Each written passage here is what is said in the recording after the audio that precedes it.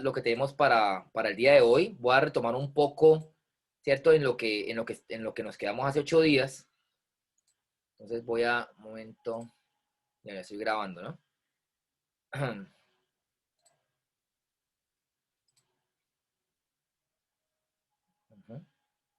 ¿Listo? ¿Todos me escuchan bien ahí? ¿Perfecto? ¿Todos me escuchan bien? ¿Me ven? ¿Me escuchan todo? ¿Todo bien? ¿Todo correcto? Sí, te Sí, se escuchamos escucha bien. bien. ¿Sí? Vale, Va muy bien, bien. profe. Entonces, bueno, muy bien. Entonces, nosotros estuvimos dialogando un poco hace 8 días, ¿cierto? Sobre la estructura desde la filosofía lo que llamamos el pensamiento científico, ¿cierto? Cómo desde la ciencia se construye espera un tico que por aquí hay unas personas que están ingresando todavía. ¿Mm? Muy bien. Entonces, nosotros hace 8 días estuvimos hablando un poco cómo se estructura el conocimiento científico desde cómo se construye, ¿no? Entonces decíamos, ¿cierto? Que habían digámoslo así, tres palabras claves fundamentales, ¿no? Que todos hemos escuchado alguna vez, precisamente más de todos los que estamos pues, metidos en esto de la ciencia, que son la palabra hipótesis, la palabra ley y la palabra teoría. Y entonces decíamos, ¿cierto? Que fundamentalmente, digamos que las hipótesis son el punto de partida, ¿cierto? Por eso normalmente cuando hablemos del método científico, decimos que los investigadores, los científicos parten de una hipótesis de trabajo. La hipótesis de trabajo, en cierta manera, ese postulado inicial que me permite aproximarme a la explicación. Sin embargo, ay, un momento, que es que aquí todas esas me pide admisión. Vale, un momentico, yo a ver cómo puedo hacer porque si no, cada vez que entren me toca salirme, entonces pierdo el hilo. No sé cómo puedo ya hacer para permitir, a ver, solicitar, no. Bueno, no sé cómo, para que no me tenga que pedir permiso de entrada cada vez que alguien llega. Bueno, creo que ya esperemos que la cosa se estabilice. Bien, entonces, como les decía, ¿cierto? La hipótesis es el punto de partida porque, en cierta manera, es lo primero que el científico plantea cuando va a emprender una determinada investigación, ¿sí? Entonces, recordemos que la hipótesis es un supuesto lógico, se opone, ¿cierto? Tampoco se opone de que vamos a plantear una hipótesis descabellada, se opone que la hipótesis es un supuesto lógico y que luego, precisamente a través de la metodología que vamos a desarrollar, entonces nosotros vamos a testar esa hipótesis. Entonces, normalmente, en filosofía de la ciencia hablamos del falseamiento, la falsación de las hipótesis. Es decir, recuerden que nosotros decíamos que básicamente lo que buscamos no es necesariamente demostrar que la hipótesis es verdadera, porque ya dijimos que hay un tema de conflicto con el concepto de verdad, sino que lo que buscamos es demostrar que la hipótesis es falsa, ¿ya? O que se ajusta a las observaciones y a la evidencia que tenemos, ¿listo? Entonces, si se ajusta, pues decimos, le sale la hipótesis con mejor ajuste a lo que tenemos, ¿sí? Pero digamos que no necesariamente tenemos que decir que la hipótesis pues realmente recoge lo que llamaríamos algo verdadero, ¿sí? Ahora bien, las leyes ya es cuando tenemos una hipótesis que puede ser confirmada por múltiples experiencias. Entonces, cuando yo tengo una hipótesis, ¿cierto? Que corroboro una y otra y otra y otra vez, ¿cierto? Repetidamente. Entonces yo digo, listo, ya mi hipótesis tiene suficiente confirmación, ¿cierto? Tiene muchos y muchos y muchos experimentos que la confirman, entonces ya la hipótesis puede pasar a ser una ley, porque es una regularidad, ¿ya? Entonces recuerden que las leyes científicas son básicamente regularidades que acontecen en el estudio de aspectos derivados de la naturaleza, ¿ya? Y entonces ya cuando yo tengo varias leyes, ¿cierto? Varias leyes, un conjunto de leyes que responden a unas características relacionadas, ¿cierto? Relacionan numerosos hechos. Entonces ya hablamos de una teoría. Entonces recuerden que la teoría científica, la teoría en ciencia es lo más grande, lo más amplio. ¿Listo? Desde el punto de vista conceptual, la teoría científica es, podríamos decir, que el mayor constructo de la ciencia. Ahora bien, dentro de una teoría científica, lo que contamos hace 8 días, podemos tener paradigmas, ¿cierto? Podemos tener paradigmas, corrientes explicativas dentro de una teoría científica, ¿ya? Que también un paradigma o el otro paradigma, pues pueden tener su propia carga de evidencia conceptual o de evidencia empírica que la respalde, ¿listo? Entonces, hoy día en ciencia tenemos muchos, un momento que por aquí se me abrió una ventana, ya. Digamos, muchas teorías, ¿cierto? Que explican diversos aspectos de la naturaleza.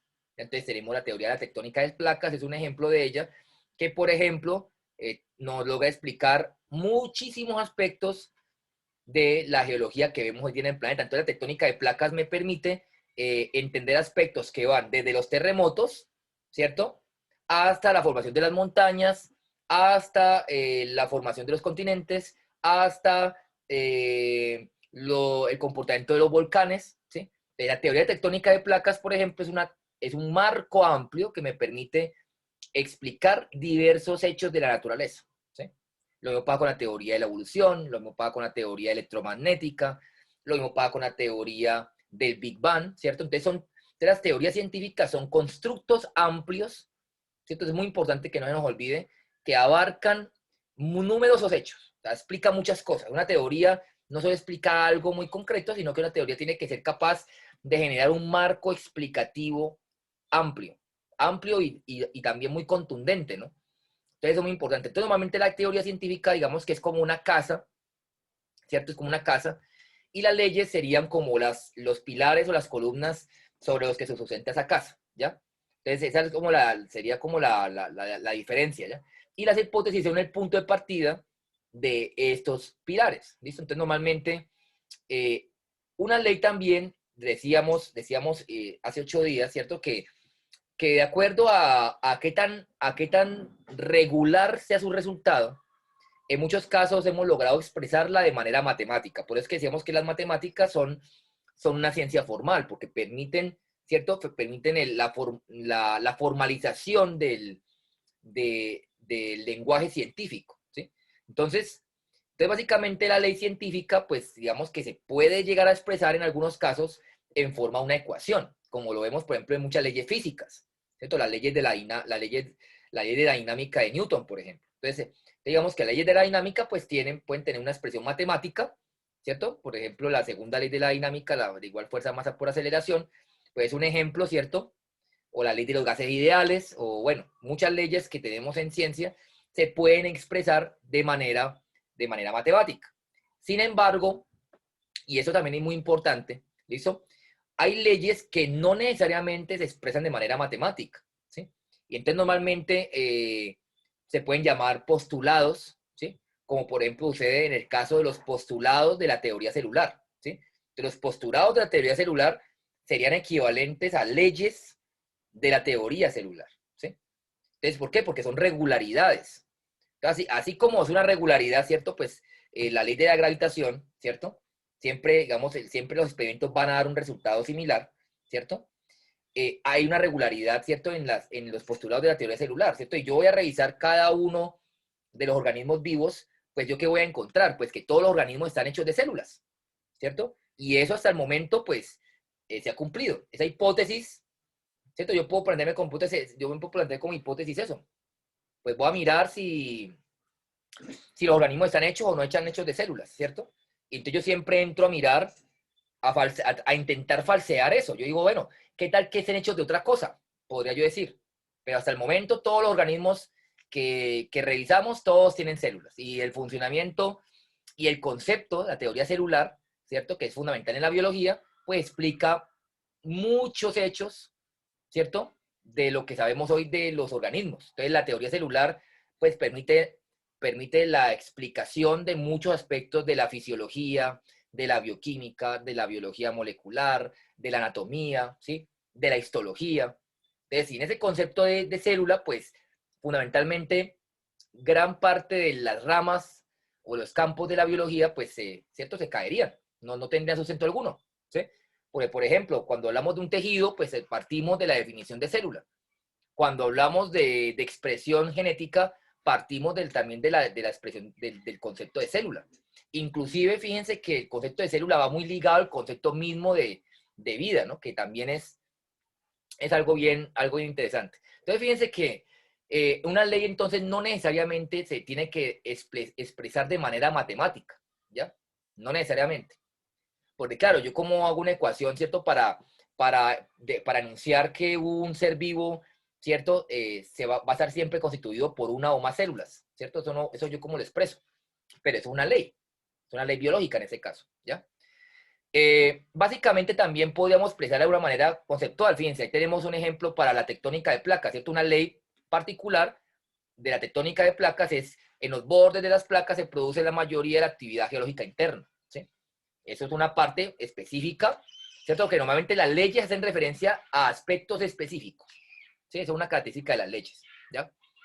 O como una expresión funcional. Fíjense, por ejemplo, acá la función del aparato respiratorio es producir intercambio de gases, ¿cierto? Sabemos, eso también, eso en este caso es una ley fisiológica, ¿cierto? En todos los seres vivos, ¿cierto? El aparato respiratorio, sea el que sea que tengan, que posean, sean branquias, sean pulmones, sea por la piel, sea por pulmones libres, por tráqueas, lo que sea, ¿cierto? El aparato respiratorio tiene una función, que es producir el intercambio gaseoso, es decir, que entre el oxígeno al sistema y que salga el dióxido de carbono del sistema, ¿sí? Entonces, eso es una ley, ¿cierto? Y biológica en ese caso para el aparato respiratorio de los organismos, ¿sí? Es fundamental eso, ¿sí? Entonces, fíjense que de alguna manera, entonces, es importante que entendamos la estructura de cómo se forma, ¿cierto? Una ley científica y una teoría, ¿no? Porque eso es clave a la hora de entender cómo funciona la ciencia. Otra cosa que yo les comento, otra cosa que es muy importante destacar es que recordemos que las teorías científicas no son la construcción de una persona, ¿ya? Porque también allí volvemos ahí volvemos ahí tenemos que analizar algo que a veces es muy recurrente en la sociedad, y es que la sociedad piensa muchas veces que la ciencia es la opinión del científico. Y yo les decía hace 8 días que la ciencia no es la opinión del científico, la opinión del científico es la opinión del científico, ¿sí? Que se supone, ¿cierto? Se supone que la opinión del científico debe ser sustentada desde la lógica argumentativa y desde el conocimiento. Pero, ¿cierto? Pero la opinión del científico es la opinión del científico. Entonces eso es muy importante tenerlo en cuenta. ¿Por qué? Porque recuerden que la ciencia y el conocimiento derivado de la ciencia como proceso sociocultural, ¿cierto? Recuerden que la ciencia es un proceso sociocultural histórico del ser humano. Esa forma de conocer, ¿cierto? Recuerden que el conocimiento está respaldado por una comunidad científica, es decir, por un conjunto de personas que han analizado, que han estudiado, que han revisado, que han contrastado, ¿cierto? Lo que un científico puede haber planteado, ¿sí? Y entonces la comunidad lo respalda o no lo respalda, ¿ya? Pero entonces, eso es muy importante tenerlo en cuenta. ¿Listo? Que no es porque el científico tenga un grado de autoridad, ¿cierto? Que le creemos, no, le creemos porque a través de la metodología que muestra, ¿cierto? Pues pretende, ¿cierto? Evidenciar una serie de datos que respaldan una explicación particular, ¿sí?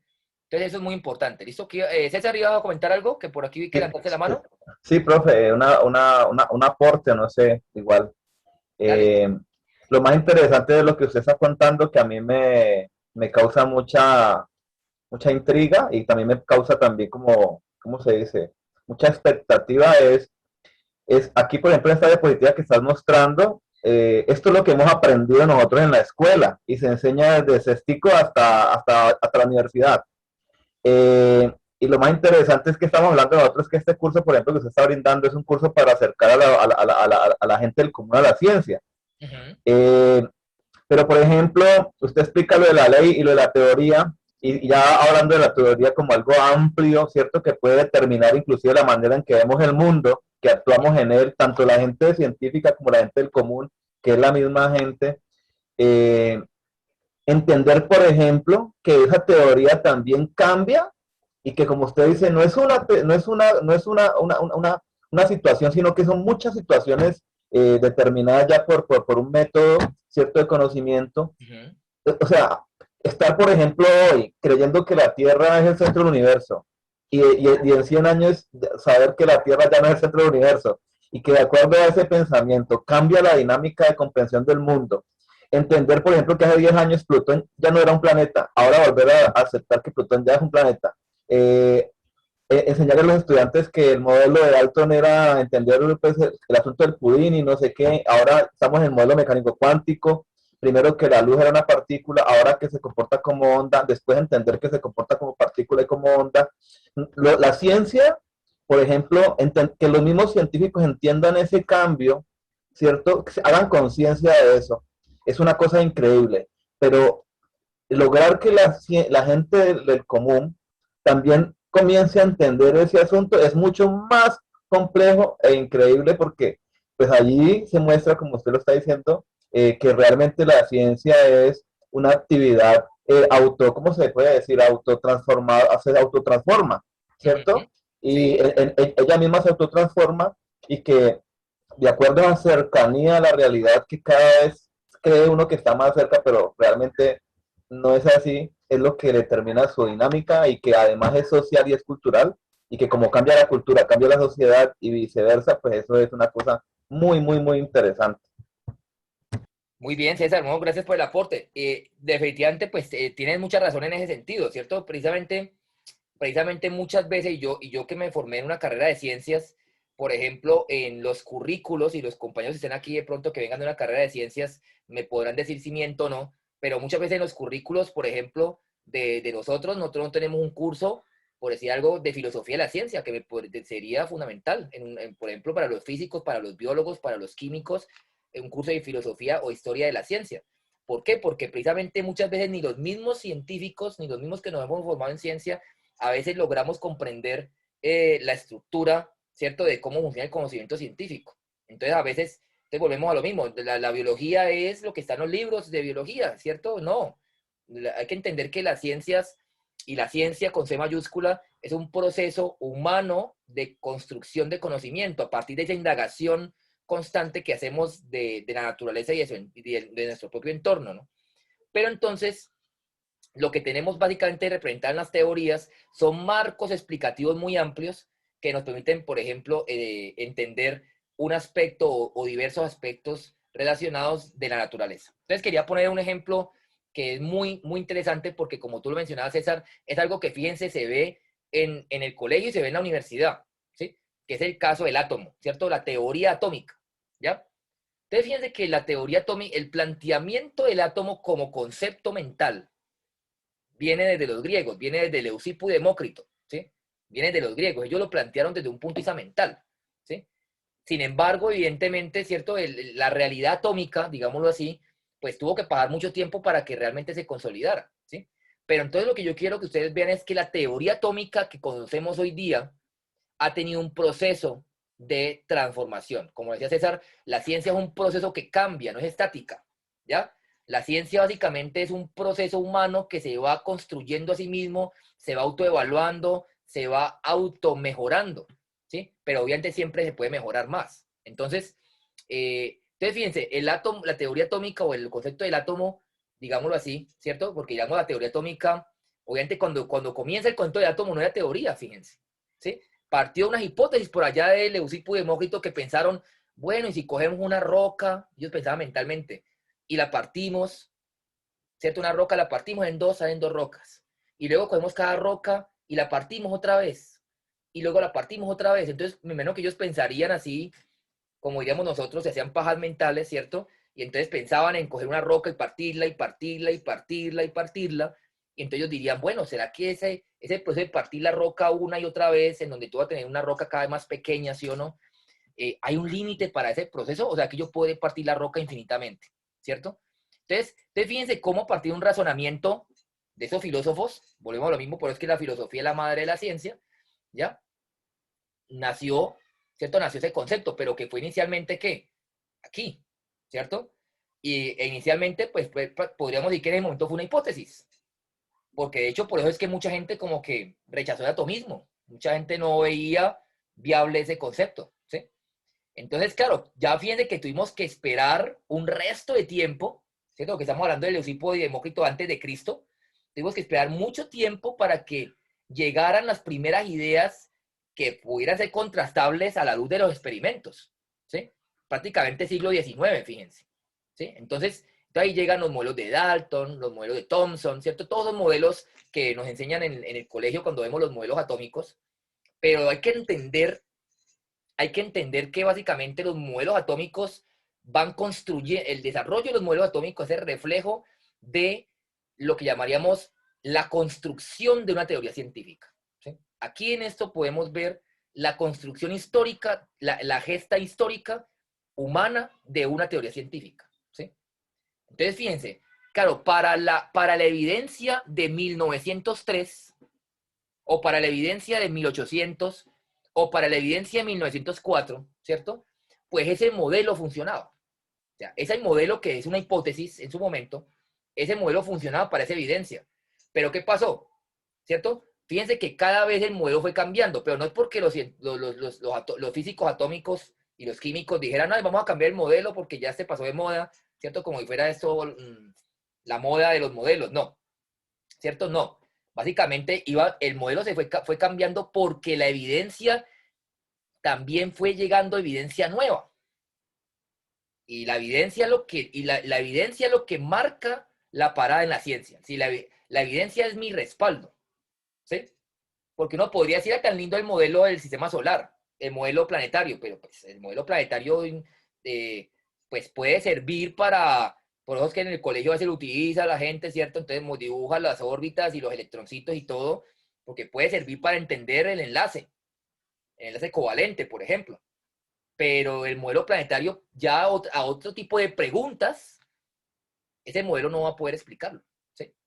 Entonces, fíjense cómo la teoría atómica, en su desarrollo histórico, generó un montón de modelos, que cada modelo se ajustaba a la evidencia que estaba en su momento, ¿sí? ¿Y por qué luego aparecen otros modelos y otros modelos y otros modelos? Porque cada vez aparece más y más y más y más evidencia, ¿sí? Entonces ya luego el modelo de Rutherford, luego el modelo de Bohr, luego entonces, y ya tenemos un modelo cuántico, mecánico cuántico, ¿cierto? Donde ya hablamos de nubes, ya no hablamos ya, mejor dicho, ya se rompe el paradigma de que el electrón se mueve en una trayectoria definida, ¿cierto? Sino que se habla de nubes de probabilidad. Entonces el electrón está en un volumen, ¿cierto? Con una probabilidad y hay una indeterminación. Fíjense, entonces ya hablamos de probabilidades. Entonces, claro, el modelo mecánico cuántico pues explica unos aspectos diferentes, más, digamos así, más avanzados, por decirlo de alguna manera, y entonces digamos que en últimas es el modelo actual que tenemos del átomo, ¿sí? Y por eso fíjense que la investigación atómica continúa. Básicamente todo lo que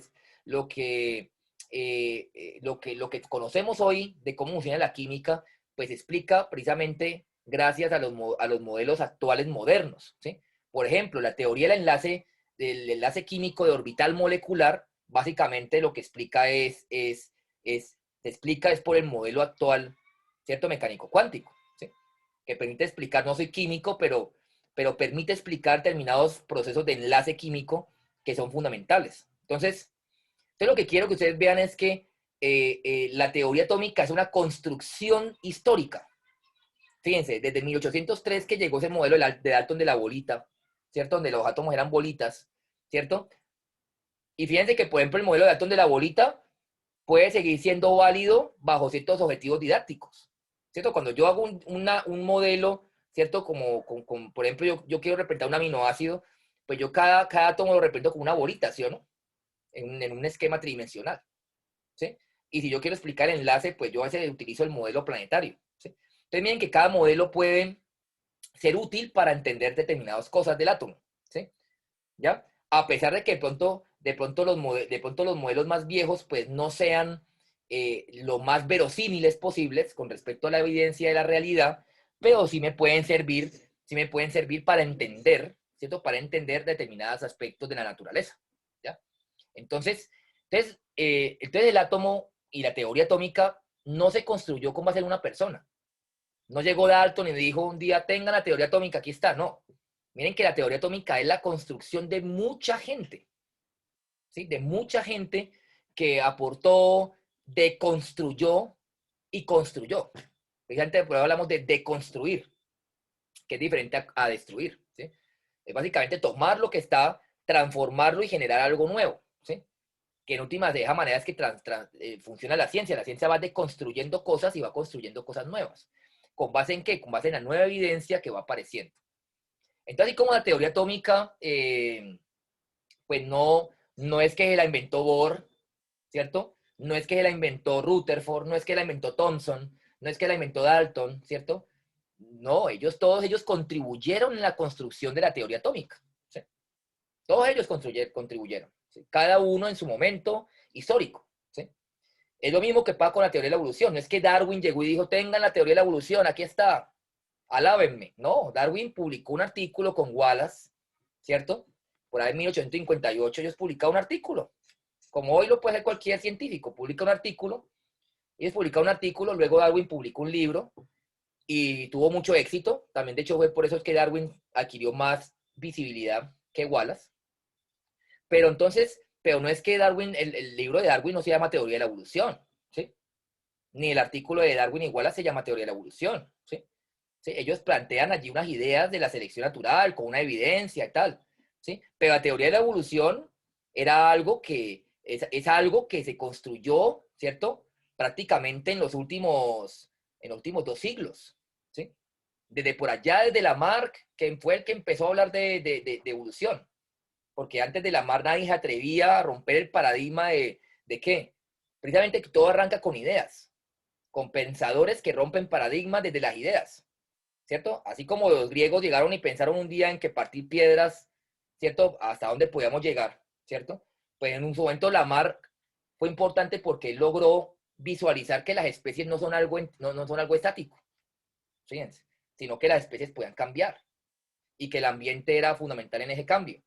Que ya que, algunas ideas de Lamarck estuvieron equivocadas, bueno, pues de pronto eso es otra cosa, ¿sí? Pero contribuyó en la historia del desarrollo de la teoría, ¿ya? Entonces, a veces eso es importante porque todavía uno ve digamos muchas confusiones en torno a esto. Como que le damos un carácter muy personalista a las teorías, ¿sí? Cuando realmente las teorías son una construcción histórica de la ciencia, ¿ya? Es como, por ejemplo, la misma relatividad, ¿cierto? Pues Einstein fue clave, ¿cierto? En la relatividad, pero hoy mismo vemos consecuencias del estudio de la relatividad, ¿cierto? Hace poquito salieron las publicadas las ondas gravitacionales, ¿sí? Las ondas gravitacionales es prácticamente una predicción, ¿cierto? Una consecuencia del entendimiento de la relatividad de Einstein, ¿sí?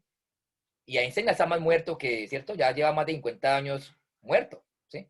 Y si estuviera vivo, seguramente hubiera saltado una pata al ver el artículo de las ondas gravitacionales, ¿sí o no? Y seguramente Darwin hubiese saltado en una pata cuando se descubrió el ADN y ese descubrimiento del ADN pues daba respuesta a lo que Darwin observó como variabilidad. Fíjense, Darwin se murió sin saber ni siquiera qué era el ADN, ¿sí? Ni la mitosis, ni la meiosis, ni nada de eso. Entonces, y cuando todo esto aparece, ¿cierto? Pues los biólogos tienen que decir, bueno, hay que coger todas las ideas de Darwin y hay que como reactualizar el asunto. Entonces ahí donde viene toda la actualización de la teoría evolutiva a la luz de la genética, ¿sí? Entonces aparece la nueva síntesis. Entonces lo que quiero que ustedes entiendan es que las teorías no son estáticas. Las teorías son un constructo histórico. ¿Listo? Ni Newton dijo, tengan aquí la teoría de la gravitación universal. No, Newton ni siquiera habló de teoría de gravitación ni de nada, ¿sí? El libro de Newton era un libro filosófico, ¿sí? Porque recuerden que ellos ni siquiera se consideran científicos. Lo que pasa es que muchas veces, y eso es una falencia muy importante tanto de la enseñanza de las ciencias a nivel básico como inclusive la enseñanza de las ciencias a nivel universitario, y es que no estamos acostumbrados a entender el contexto histórico de la ciencia, porque la ciencia es un proceso humano en últimas, entonces tiene un contexto histórico. Fíjense que, por ejemplo, en los últimos años ha sido muy destacable toda la reflexión que se ha hecho desde la historia de la ciencia, por ejemplo, en torno al papel de las mujeres, ¿cierto? Y entonces hoy vemos, ¿cierto? Cada día la mujer, que el Día de la Mujer Científica, ¿cierto? Porque ya estamos en un contexto actual donde se asume y se reivindica el papel de la mujer en la historia. Pero desafortunadamente, ¿qué es lo que vemos en la historia de la ciencia? Pues un patriarcado, ¿cierto? Hombres y hombres y hombres y hombres, y prácticamente las mujeres no aparecen por ninguna parte. Es como Es como Marie Curie y nada más, ¿sí o no? A veces pareciera que fuera así, ¿no? Pero no, en realidad pues las mujeres han estado allí, pero precisamente como parte de ese contexto histórico, como parte de esa evolución social y cultural que para bien o para mal invisibilizó a las mujeres durante mucho tiempo, pues así, ¿cierto? Se construyó la ciencia, con prejuicios, y con cosas, porque acuerden que es un sistema humano, como cualquier otro, ¿sí? Como decía Carl Sagan, no es el más perfecto, pero es el mejor que tenemos para conocer el mundo, ¿listo? Entonces, digamos que hay que entender entonces eso, que la ciencia se desarrolla en un contexto histórico, ¿listo? Y las teorías, por lo tanto, también. Y por lo tanto, las teorías son una construcción de un contexto histórico y de un tiempo donde mucha gente colabora, ¿sí? Entonces, eso es muy importante, ¿ok? Porque no son algo de una sola persona, mejor dicho. Bueno, si hay alguna duda, algún aporte, algún comentario, ¿todo bien hasta ahí? Pero una cosita, Dime. ese asunto que usted estaba mencionando, pues retomando lo anterior, o sea, es que si la gente supiera, cierto, que mucho de lo que nosotros en el mundo común, en el mundo cotidiano, para no decirlo común, en el mundo cotidiano, si mucha gente, muchos de nuestros papás, nuestros vecinos, nuestros estudiantes en las aulas, supieran que mucho de lo que conocemos y de la manera en que vemos el mundo es determinado por ese conocimiento, realmente tendríamos una apreciación distinta de lo que es ese conocimiento. Por ejemplo, cuando yo veía clases de teorías evolutivas, que es como una de las materias que me abrió a mí los ojos y al amor a la ciencia en la Universidad del Valle, es muy interesante en el sentido de que, por ejemplo, el profesor Giraldo decía, Manuel Giraldo decía, es que el mundo del conocimiento está dividido en dos, antes de Darwin y después de Darwin. Y claro, pues yo no entendía hace 10 años de ese asunto, pero ahora ya entiendo, por ejemplo, que por ejemplo el asunto de Darwin, partir de la historia en dos en el mundo científico es la parte de las creencias, la religión y la parte del materialismo, la naturaleza como tal. Entonces, claro, eso pone en el vilo, ¿cierto? Todo lo que se creía antes de Darwin, ¿cierto? Todo lo que nosotros consideramos platónico y después de Darwin, ver la naturaleza a sí misma desnuda. Eso es un asunto muy interesante. Ahora, por ejemplo, que usted habla de lo del átomo actual. Cuando ya el átomo actual habla de probabilidades, entonces se habla del indeterminismo, ¿cierto? Que además de teoría también son posturas filosóficas, ¿cierto? Antes se hablaba de determinismo, entonces antes había una causa, un efecto, las leyes naturales se comportaban así. Ahora ya no se puede hablar de causa ni de efecto porque para un efecto hay muchas causas, para viceversa. Entonces, en la vida normal, también ya nosotros tampoco, ya pasamos de pensar de blanco y negro a pensar de otra manera a través de probabilidades y entender ese asunto de cómo la ciencia, ¿cierto? De una u otra manera está ligada directamente con el pensamiento humano y viceversa, porque el pensamiento humano también está ligado a la ciencia. Eso a mí me parece que es algo bastante particular y que realmente es como la maravilla como lo mencionaba usted, Carl Sagan, o sea, muestra ese asunto, pero es que no estamos dando nada diferente, nada de otro mundo, es lo que la ciencia hace y es lo que nosotros de una u otra manera tenemos a la mano, pero pues obviamente nosotros miramos otras cosas que realmente nos permiten ver lo maravilloso que es entender el pensamiento crítico, ¿cierto? Que propone o se propone desde la ciencia para entenderse a sí Uh misma. -huh. Claro, y cuando entonces se desconoce, precisamente se desconoce ese contexto histórico en el que se desarrolla, ¿cierto? La ciencia y sus teorías, pues básicamente es cuando nosotros vemos enfrentados a problemas cotidianos, ¿cierto? Cuando decimos, no, es que, como te digo, vemos las teorías como si fueran una opinión. Es como que yo les preguntara, bueno, ¿usted qué prefiere? El modelo planetario, el modelo de punta y pasas. No, es que aquí las teorías no son opiniones ni es que yo tengo que escoger cuál me gusta más, ¿sí? No, lo que sucede es que cada modelo se ajustaba a la evidencia de ese momento. Entonces respondía a los fenómenos planteados en ese momento, ¿cierto? Pero entonces lo que vemos es que básicamente en la construcción y digamos así, en la evolución de las teorías científicas, pues básicamente ya siempre se están probando a sí mismas, ¿sí? Probando a sí mismas. Ahora César mencionaba algo muy importante y es, digamos así, la contribución de Darwin, pero yo también además de Darwin yo sumaría a otro personaje muy importante en la construcción de lo que podríamos llamar el pensamiento científico históricamente hablando. Y ahí digamos que es muy importante destacar el papel también de Copérnico, de Nicolás Copérnico, ¿cierto? Porque digamos que por eso es que se habla fundamentalmente de dos grandes revoluciones científicas. O sea, en términos de la historia de la ciencia, podemos decir que se dieron dos grandes revoluciones científicas. La primera gran revolución científica fue la revolución copernicana, ¿cierto? Que básicamente permitió que, en cierta manera, el ser humano cambiara ese paradigma del centro del universo, porque antes de Copérnico había una visión aristotélica que se derivaba de Ptolomeo, ¿cierto? De por allá de la escuela tolemaica, que básicamente planteaba que la Tierra era el centro, ¿cierto? Del universo. A partir de los estudios de Copérnico, ¿cierto? Pues básicamente, ¿qué se vio? Pues que efectivamente la evidencia indicaba la otra cosa, que la Tierra no era ningún centro de nada, que la Tierra era un planeta más. Por tanto, ese lugar privilegiado que teníamos en la creación, ¿cierto? En el universo, pues no era nada privilegiado, éramos un planeta más, como los otros que se conocían en aquel momento, ¿cierto? Y éramos simplemente un planeta más. Entonces Copérnico nos quita esa primera visión antropocéntrica del universo, ¿sí? Entonces, eso implicó un cambio de paradigma, por eso es que la sociedad se sacudió de una manera brutal, ¿cierto? Por eso es que a Galileo casi lo mata la iglesia, ¿cierto? Porque precisamente Galileo defendió las ideas copernicanas, ¿cierto? Entonces esa fue la primera revolución científica muy importante, porque sirvió de base, ese cambio de paradigma copernicano sirvió de base para prácticamente el inicio de la física y de la astronomía moderna. ¿Sí? Fíjense, el inicio de la física y la astronomía moderna, como la conocen, porque sirvió de base para, para otros pensadores que vendrían posteriormente a Copérnico, ¿sí? El mismo Newton, Kepler, Galileo, ¿cierto?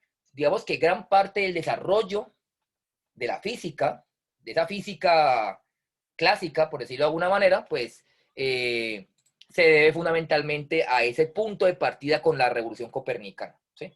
Y luego tenemos la revolución darwiniana, ¿sí? En 1859, ¿cierto? Cuando, ¿cierto? Darwin, ¿cierto? Precisamente, no siendo el primero que habló de evolución, porque ya vimos que, digamos, previamente a Darwin, otra gente habló de evolución, así como previamente a Copérnico, otra gente habló del Sol como centro del universo, ¿cierto? De que hay que remontarse, si quieren, a Hiparco de Alejandría. Hiparco ya planteó, ¿cierto? Planteaba estas ideas, pero afortunadamente quedaron allí como un poco en el olvido, ¿sí? Pero Darwin, en cambio, ¿cierto? Su libro generó gran revuelo, generó un revuelo también social, fíjense, y también generó una desestabilización, porque todo lo que planteaba Darwin, como lo mostraba César, fue también todo un socavón para la sociedad de aquel momento. Entonces, así como la sociedad de Copérnico le costó, ¿cierto? Le costó mucho y a la iglesia todavía le costó mucho más asimilar el hecho de que definitivamente la Tierra no era un lugar privilegiado, ni que el ser humano estaba, ni que la Tierra era un lugar privilegiado porque el ser humano vivía aquí, ¿cierto? Entonces, asimismo, todo lo que Darwin hizo implicó una cosa muy importante, y es que el ser humano no es ninguna especie especial, ¿sí? Ninguna especie elegida, sino que simplemente somos una especie más de la naturaleza, ¿sí? Y entonces, como lo decía César, pues permitió ver a la naturaleza desde un punto de vista no idílico, platónico, ¿cierto? Diseñado y perfecto, sino que permitió ver la naturaleza desde una perspectiva realista, materialista y, como se dice seguramente, con sus buenas y sus malas perspectivas. Es decir, la naturaleza tiene sus cosas bonitas y sus cosas feas, ¿sí? Entonces, esa ruptura de ese paradigma fue también muy importante. Entonces, por eso digamos que en ciencia se reconocen dos grandes revoluciones, dos grandes cambios de paradigma que partieron, yo diría, el profe Manuel decía de pronto barría un poco para la casa, ¿no? Porque pues somos biólogos, entonces de pronto barremos para la casa, pero yo sí diría, y en ese sentido les recomiendo mucho la lectura del libro de las revoluciones científicas de Thomas Kuhn, donde básicamente, pues precisamente esas dos revoluciones, la revolución copernicana y la revolución darwiniana, pues fueron claves en qué, en el desarrollo de la ciencia, por lo menos moderna, que conocemos. ¿Por qué? Porque con Copérnico logra arrancar, logra consolidarse lo que llamaríamos la física y la astronomía modernas, ¿sí? Y prácticamente con Darwin podríamos decir que se consolida, ¿cierto? Se consolida la biología como la conocemos, porque en últimas la evolución es la forma, es el hilo conductor de todo el entendimiento de lo biológico. No podemos entender lo biológico si no es a la luz de la evolución, como lo decía Domsansky, ¿sí? Entonces, digamos que en ese sentido, por eso es que ambos fueron muy importantes, porque además de todo lo que hicieron, nos despotricaron a nosotros los humanos de esos lugares que teníamos allí, precisamente gracias a la religión, metidos en la cabeza como algo especial, ¿cierto? Nuestro planeta, algo especial en el universo, nuestra especie, algo especial en la naturaleza, ¿sí? Entonces, ellos dos dijeron, olvídense de eso, ni la Tierra es nada especial en el universo, ni la especie humana es nada especial en la vida, ¿sí? Simplemente la Tierra es un planeta más, los humanos son una especie más, ¿sí? Y todo está sujeto a unas leyes naturales. Entonces, obviamente, eso fue un revuelo. Por eso es que, en últimas, todo esto implica unos cambios filosóficos muy profundos, fíjense, ¿ya? Desde la perspectiva materialista en la que tenemos normalmente que asumir el estudio de estas cosas, ¿sí? Bueno, no sé si por aquí creo que alguien había levantado la mano, qué pena. Cristian, creo. Hola, profe. Hola. No, solamente quería señalar, pues de alguna manera usted ya lo ha señalado, pero eh, cuando habló sobre Copérnico y este giro copernicano en el cual de alguna manera se replantea el papel especial que tiene tanto nuestro planeta como el ser humano, pues en el orden natural de del universo, ¿sí?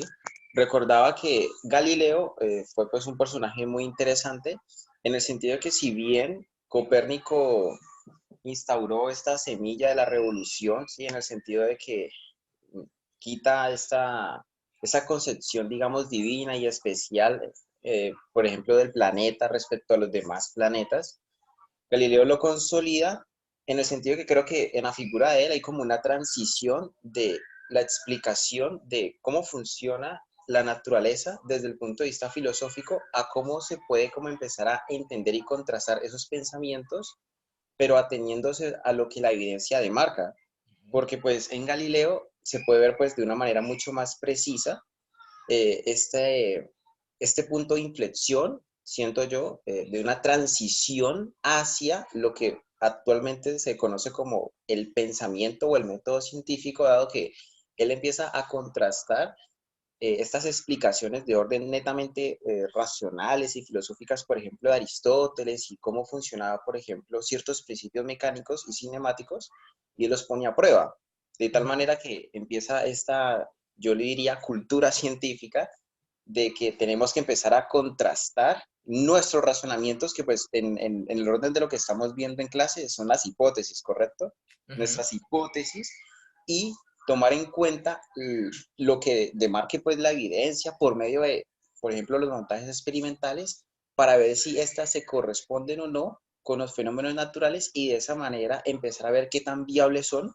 Entonces me parece que, pues usted lo nombró, claro está, pero recordé pues que lo había leído Sí, en algún momento. sí, tienes toda la razón. Digamos que Galileo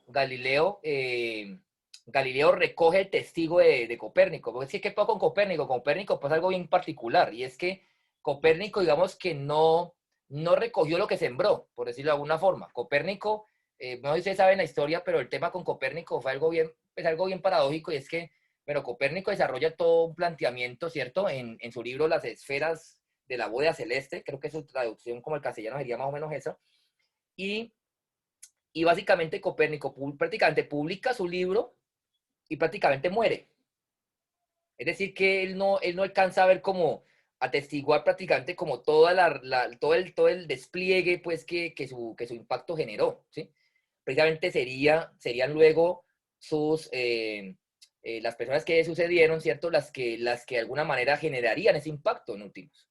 Porque claro, en aquel momento, digamos que las comunidades académicas, podríamos decirlo, eran todavía más cerradas, ¿no?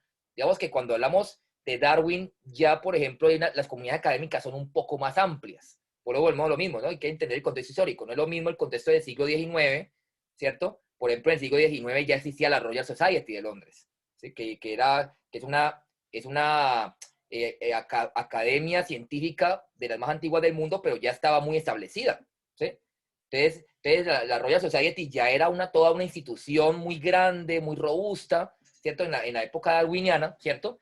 En cambio, en la época de Copérnico, pues, digamos que todavía, ¿cierto? Todavía estábamos como en un momento donde todavía no se han consolidado, por ejemplo, las sociedades científicas, donde todavía el intercambio de saberes era más lento, ¿cierto? Porque en la medida que vamos avanzando hacia la modernidad, pues ese intercambio de conocimiento es más rápido, ¿no? Más eficiente, ¿no?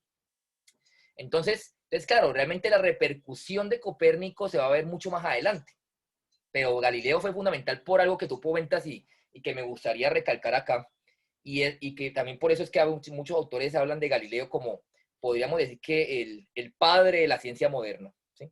Y es que Galileo se atrevió, digamos, a cuestionar aspectos que venían del legado de la filosofía, de la visión aristotélica de la Edad Media, ¿cierto? Entonces, digamos, y que eran como incuestionables, y que muchos científicos o filósofos naturales de la época habían adoptado como verdades sentadas, ¿cierto? Pues Galileo se atrevió a cuestionar eso, precisamente por lo que tú mencionabas, Cristian, y es la importancia de la evidencia. Entonces, por ejemplo, ¿cierto? Es famoso, ¿cierto? El planteamiento de la caída de los cuerpos, ¿cierto? ¿Cierto? Porque, digamos, de la herencia aristotélica, pues se pensaba, ¿cierto? Pues ese razonamiento de el cuerpo, pues más, ¿cierto? Que es más masivo, cae más rápido que el cuerpo que es menos masivo, ¿no? Claro, porque el problema es que a veces la lógica es muy intuitiva, pero a veces no necesariamente la evidencia tiene que ser intuitiva. A veces hay evidencia que es muy contraintuitiva, ¿sí?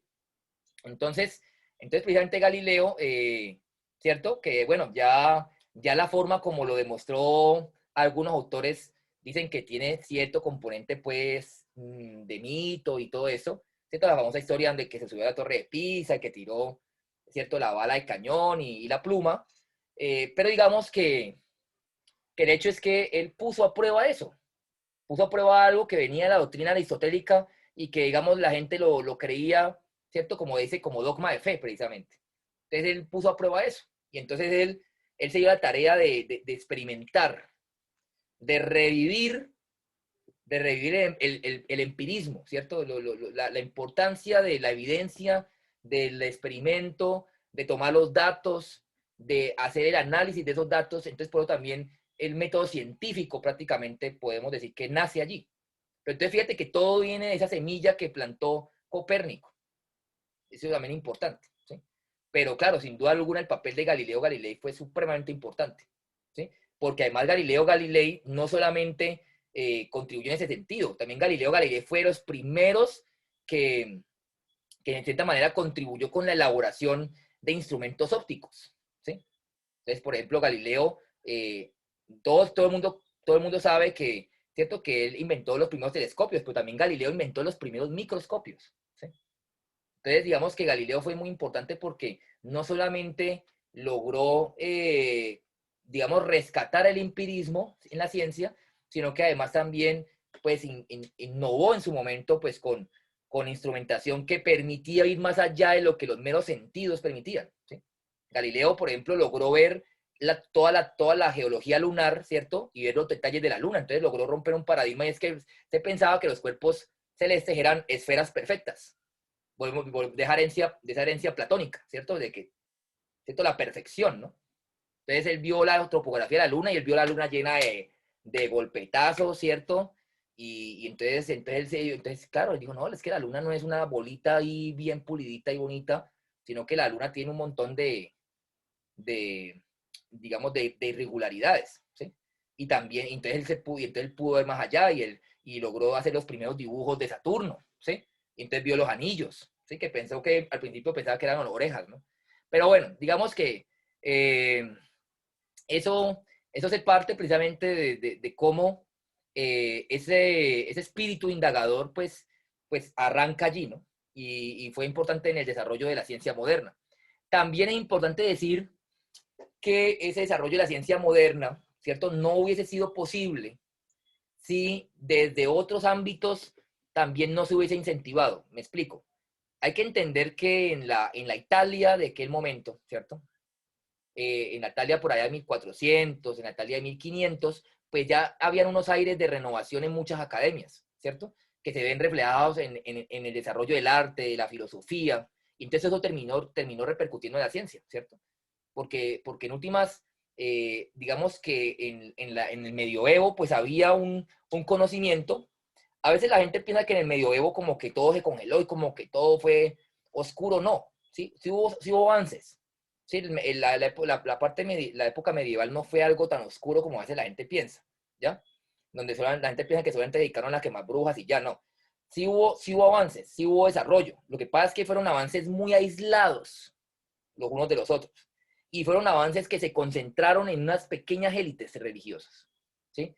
Entonces, los primeros escolásticos eran monjes, ¿sí? Eran personas que estaban en monasterios, encerrados, escribiendo, eran los únicos que lo podían hacer. Entonces, allí se gestaron algunos primeros avances, ¿sí? Desde ese legado, de esos monjes, pues viene el famoso Giordano Bruno, ¿sí?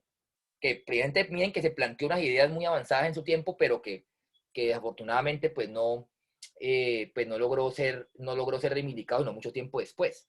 Pero lo que quiero decir es que también hay que entender que la ciencia ha tenido un proceso histórico que muchas veces desconocemos y que es importante conocerlo para poder entender cómo ha ido evolucionando ese sistema humano histórico que llamamos ciencia. ¿Listo? Bueno, eh, muy importante. Entonces ahorita hablábamos de Qué Galileo y pena. de... Dime, pregunta. Buenas noches. Bueno, más que una pregunta, como de cierta forma un aporte, pero Uy, ya yendo como esa voz la desde, conozco. ¿Quién es? ¿Quién es? ¿Qué es? ahí vine. No, Yurani, ¿cómo estás? Bien, profe, gracias a Ah, Dios. bueno. Aquí escuchándolo, enriqueciéndome un poco de su conocimiento. Ah, bueno. Bueno, más que una pregunta es como un aporte y yo me voy desde el contexto ya como tal en el aula, en la enseñanza de las ciencias. Ujú. A veces yo creo que desde ese conocimiento desde básica, desde el colegio, a veces uno como que no tiende a tener muy en cuenta cuál es esa historia que ha tenido la enseñanza de las ciencias, porque de los currículos en el colegio, uno siempre, bueno, si es el área como tal de ciencias naturales, ¿sí? El área como tal de ciencias naturales, siempre empezamos a hablar ya de contenidos temáticos, ¿no? Siempre se empieza a hablar de contenidos temáticos, pero nunca se mira más allá, bueno, y de dónde salió la ciencia, por qué existe la ciencia, o sea, no hay como de cierta forma desde el currículo que incluyan ese conocimiento de la historia de la ciencia. Ya está basado, es como que, bueno, se incluye como que, ay, incluyamos una partecita en el área de filosofía, un poco de estos filósofos que fueron los primeros que hablaron de toda la historia de la ciencia, pero en sí, desde el área como tal, no hay como ese alineamiento allí en tener en cuenta ese conocimiento de antes, ¿sí? Desde la historia hasta ahora, ¿no? Entonces Ujú. yo creo que allí estaría como faltando también ese, ese aportecito de, bueno, yo tengo que tener en cuenta explicarle a esos niños, bueno, y cómo se dieron esas teorías, quiénes fueron los primeros que aportaron a esos tantos descubrimientos a la ciencia, ¿sí?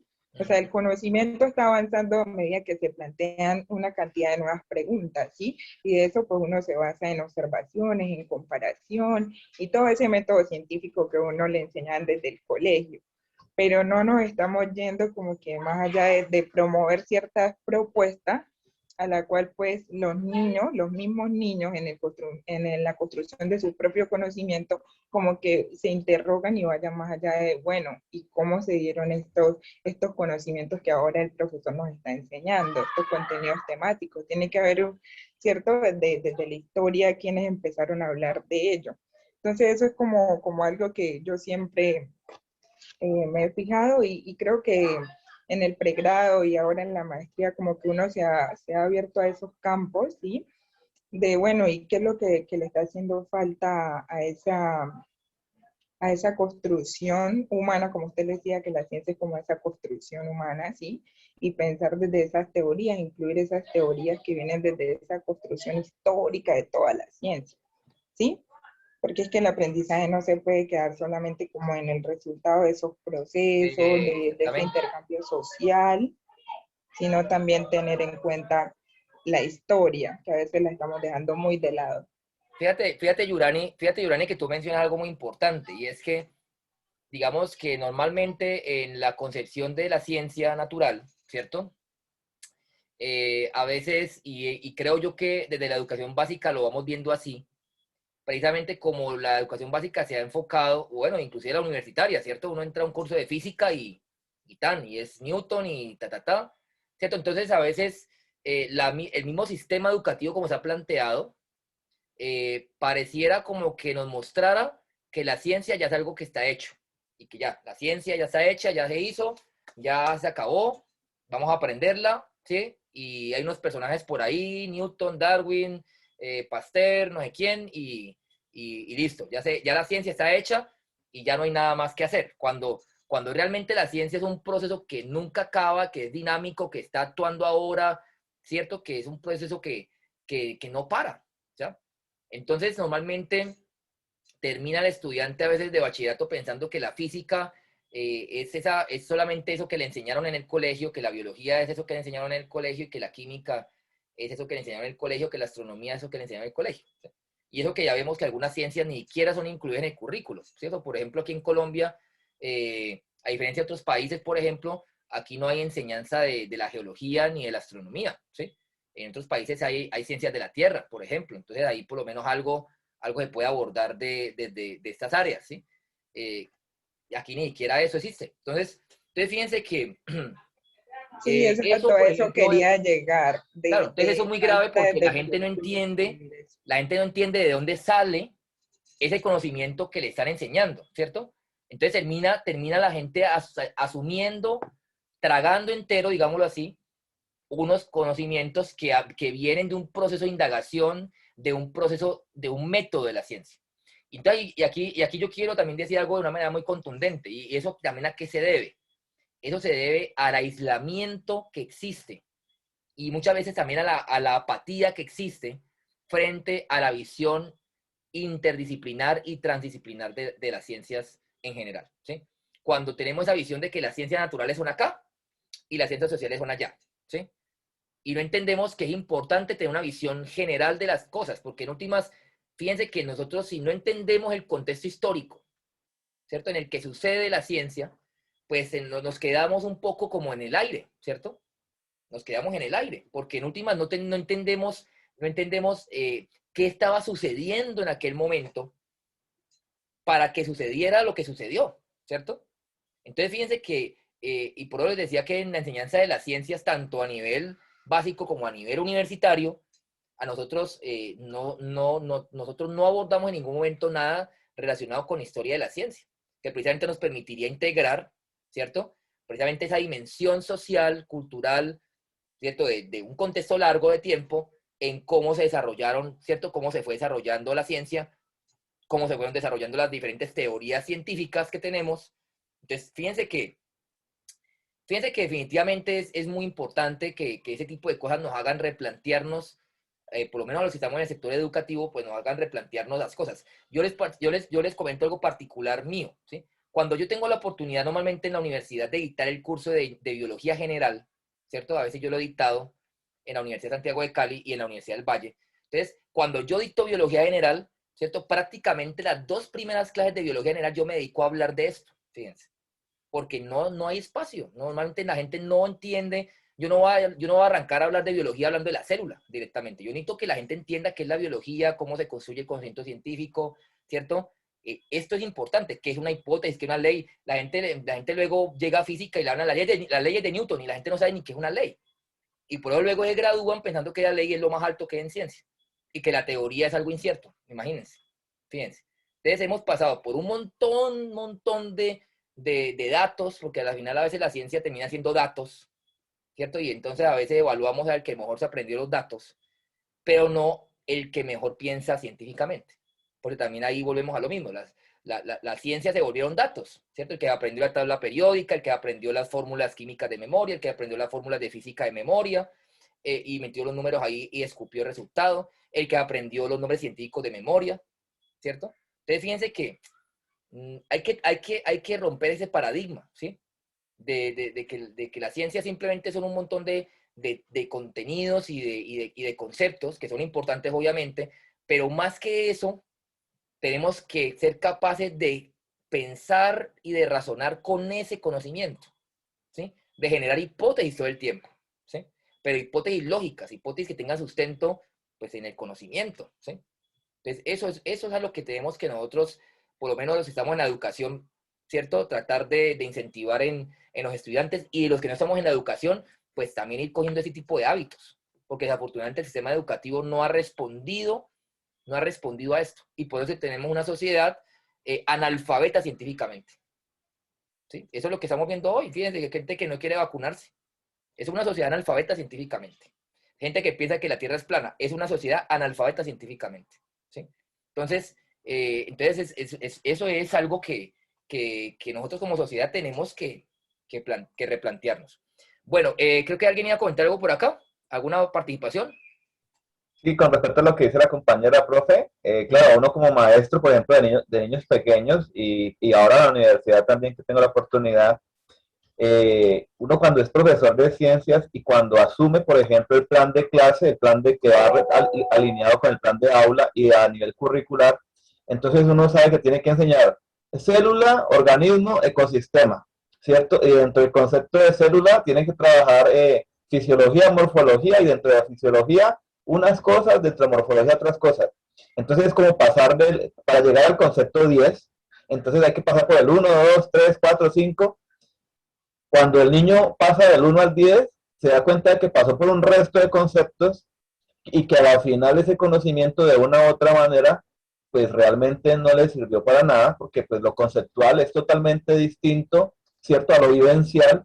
Y como decía la compañera y como decía usted en este momento, una de las salidas que uno pudiera utilizar como docente sería la historia de la ciencia, una de las partes. Otra puede ser, por ejemplo, aplicar con la experimentación, ¿cierto? De una u otra manera, potenciar la curiosidad científica y el pensamiento científico, que ellos vivencien ese tipo de cosas. Pero, como usted decía la otra vez, la ciencia conceptual, ¿cierto? Sin humanidad, ¿cierto? Alejada de la parte humana, lo social, ¿cierto? Y lo histórico y lo filosófico, realmente es una ciencia que a nadie le interesa, una ciencia muerta, que cuando uno ya está grande, ¿cierto? Por ejemplo, en grado 11, que a veces me toca dar países, uno les pregunta, ¿cuál es el tema que más ven? Célula. ¿Y cuál es el que menos saben? Pues célula. Primero porque es que nunca van a ver una célula, nunca han visto una célula en el microscopio. Ahora, profe, usted que ahorita habla de los átomos, ahorita ¿cómo va a hablar una persona de átomo con propiedad si todavía sigue pintando el átomo de Rutherford, el que aparece en los padrinos mágicos? Eso es una cosa increíble y pues como usted está diciendo ahorita, o sea, que una persona en pleno siglo XXI diga, es que eh, me permitió conocerte a ti porque es que los planetas alinearon para que pudiéramos estar juntos hoy. O sea, ese tipo de cosas, la expresión cultural, a veces, Dios mío, raya en la ignorancia y pues es muy curioso, es gracioso, pero hay que tenerle mucho cuidado porque pues por eso hay gente que está tomando límpido y aplicándose un resto de ungüentos con esto del COVID. O sea, es una cosa bastante... Y que Carl Sagan hace 30 años lo decía, o sea, Estados Unidos es una sociedad ignorante y es un país supuestamente potencia mundial.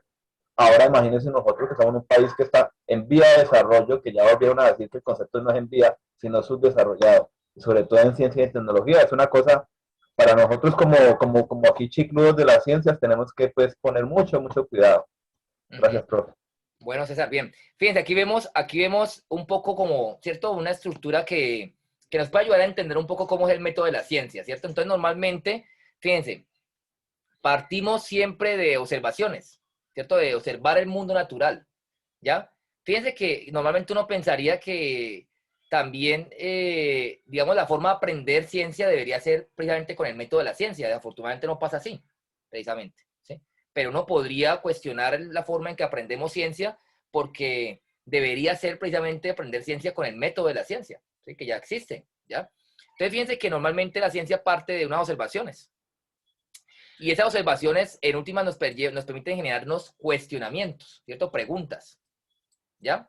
Ahora bien, esas observaciones, ¿de dónde pueden provenir? Pueden provenir, ¿cierto? Pues, estamos hablando en términos contemporáneos, pues pueden provenir de ver el mundo natural o inclusive de leer, ¿cierto? De leer yo puedo tener, digamos así, ideas que me vengan a la cabeza, preguntas, ¿cierto? Cuestionamientos, yo a partir de leer y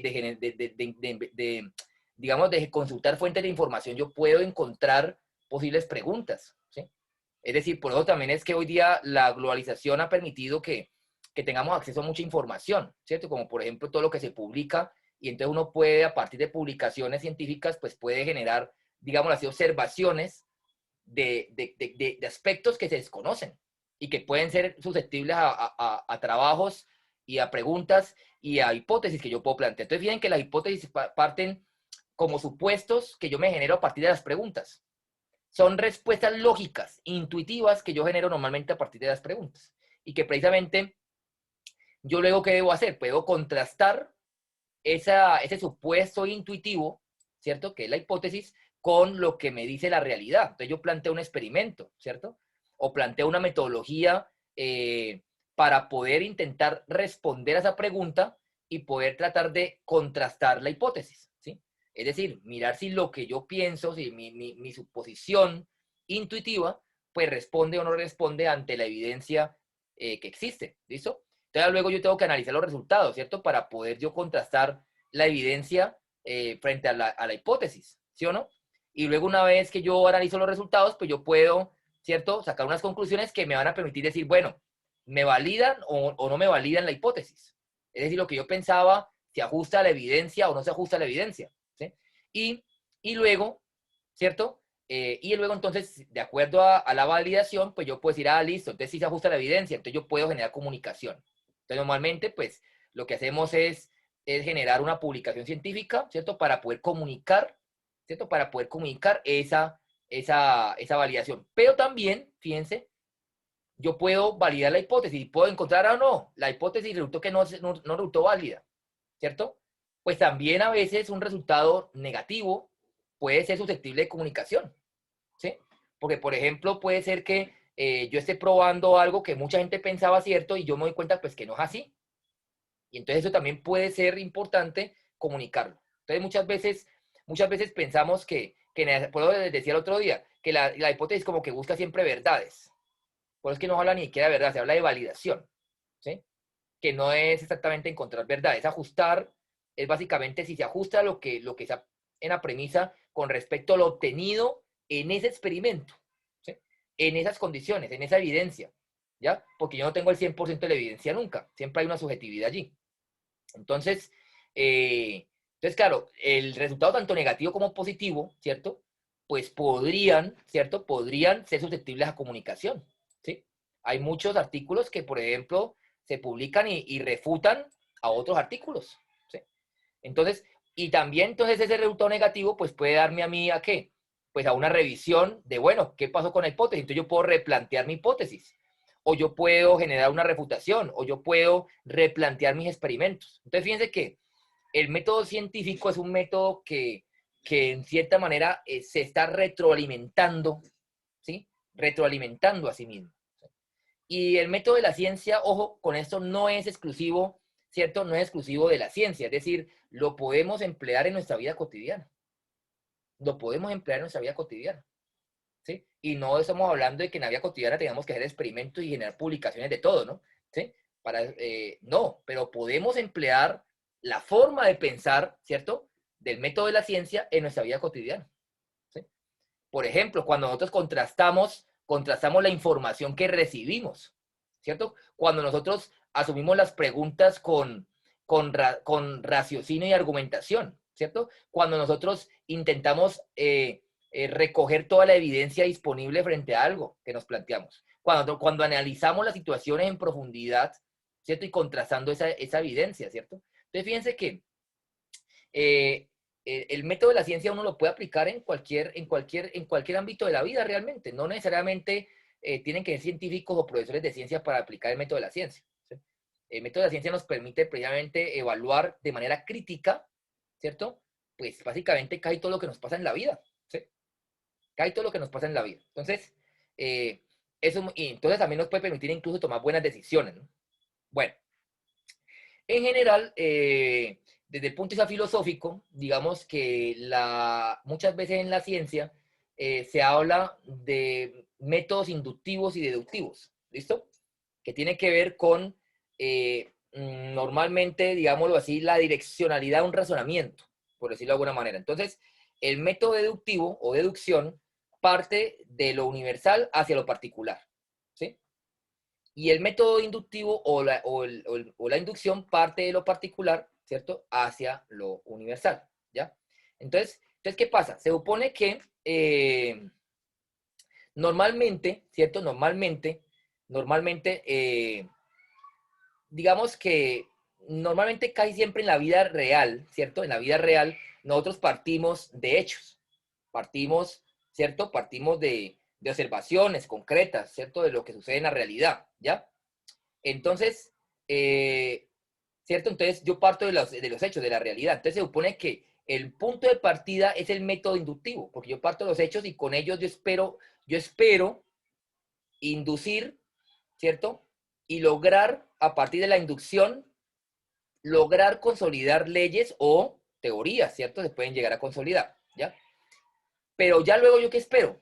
Que cuando yo tenga consolidadas esas leyes y esas teorías, pues con esas leyes y teorías yo pueda deducir qué es lo que pasa, qué es lo que pasa con los hechos. Es decir, digamos que normalmente, ¿cierto? Hay unos hechos que me permitieron construir leyes y teorías.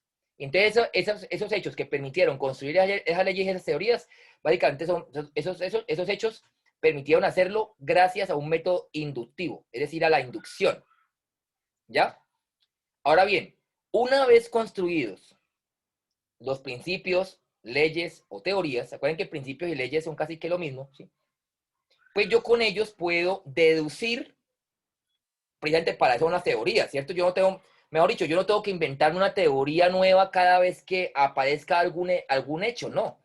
Ya hay teorías lo suficientemente robustas que me permiten explicar muchos hechos que ocurren, ¿cierto? Entonces, por ejemplo, yo puedo tener un hecho que esté observando hoy y yo tengo que inventarme una teoría para ese hecho necesariamente. Ya puede haber una teoría ya establecida que me permita por deducción explicar esos hechos, ¿sí? Entonces, digamos que en últimas el punto de partida de la ciencia, digámoslo así, es el método inductivo, ¿cierto? Que nos permite construir leyes y teorías, ¿sí? Pero con las leyes y las teorías, luego la idea es que, ¿cierto? Luego, ¿cuál es la idea, cierto? La ley y las teorías se supone que me dan ideas de cómo funciona el universo. Entonces, con esas ideas de cómo funciona el universo, en sus diferentes aspectos, claro está, pues yo puedo llegar, o tengo que ser capaz de llegar, ¿a qué? A explicar aspectos particulares, ¿sí? Aspectos particulares. Entonces, pongo un ejemplo, ¿cierto? Cuando los primeros naturalistas, como por ejemplo Anton van Leeuwenhoek, que fue uno de los primeros que desarrolló el microscopio como tal, ¿cierto? Se dieron cuenta de la existencia de unos organismos muy chiquiticos que no eran vistos a simple vista, que él llamó animálculos, ¿cierto? Porque él pensaba que eran animales chiquiticos, ¿cierto? Y digamos que por eso es que Anton van Leeuwenhoek se considera el padre de la microbiología, ¿sí? Entonces digamos que eso fue un hecho que él observó, parte de la observación, ¿cierto? Método científico. Él observó unos hechos allí. Él se dio cuenta, ¿cierto? Que habían una forma de vida no visible a simple vista, ¿sí? Luego llegaría más o menos por la misma época, no en Holanda, sino en Inglaterra, pues Robert Hooke, y Robert Hooke, por ejemplo, vio, ¿cierto?, la primera estructura celular, ¿sí? También, entonces ahí hubo unos hechos, fíjense. Y luego llegaron otros autores y vieron otras cosas, o hubo otros hechos, ¿ya? Muy particulares, ¿no? Muy particulares. Entonces esos hechos muy particulares llevaron a plantear en su momento hipótesis, ¿cierto? En su momento ellos plantearon seguramente unas hipótesis y el estudio de esa hipótesis pues llevó al planteamiento de leyes. Entonces esos señores que les mencionaba ahorita, ¿cierto? Como Hooke, como Leeuwenhoek, como Theodor Swan, como Matías, todos esos señores, ¿cierto? A partir de muchas observaciones de hechos, ¿cierto? Observaciones que hicieron particulares, ¿cierto?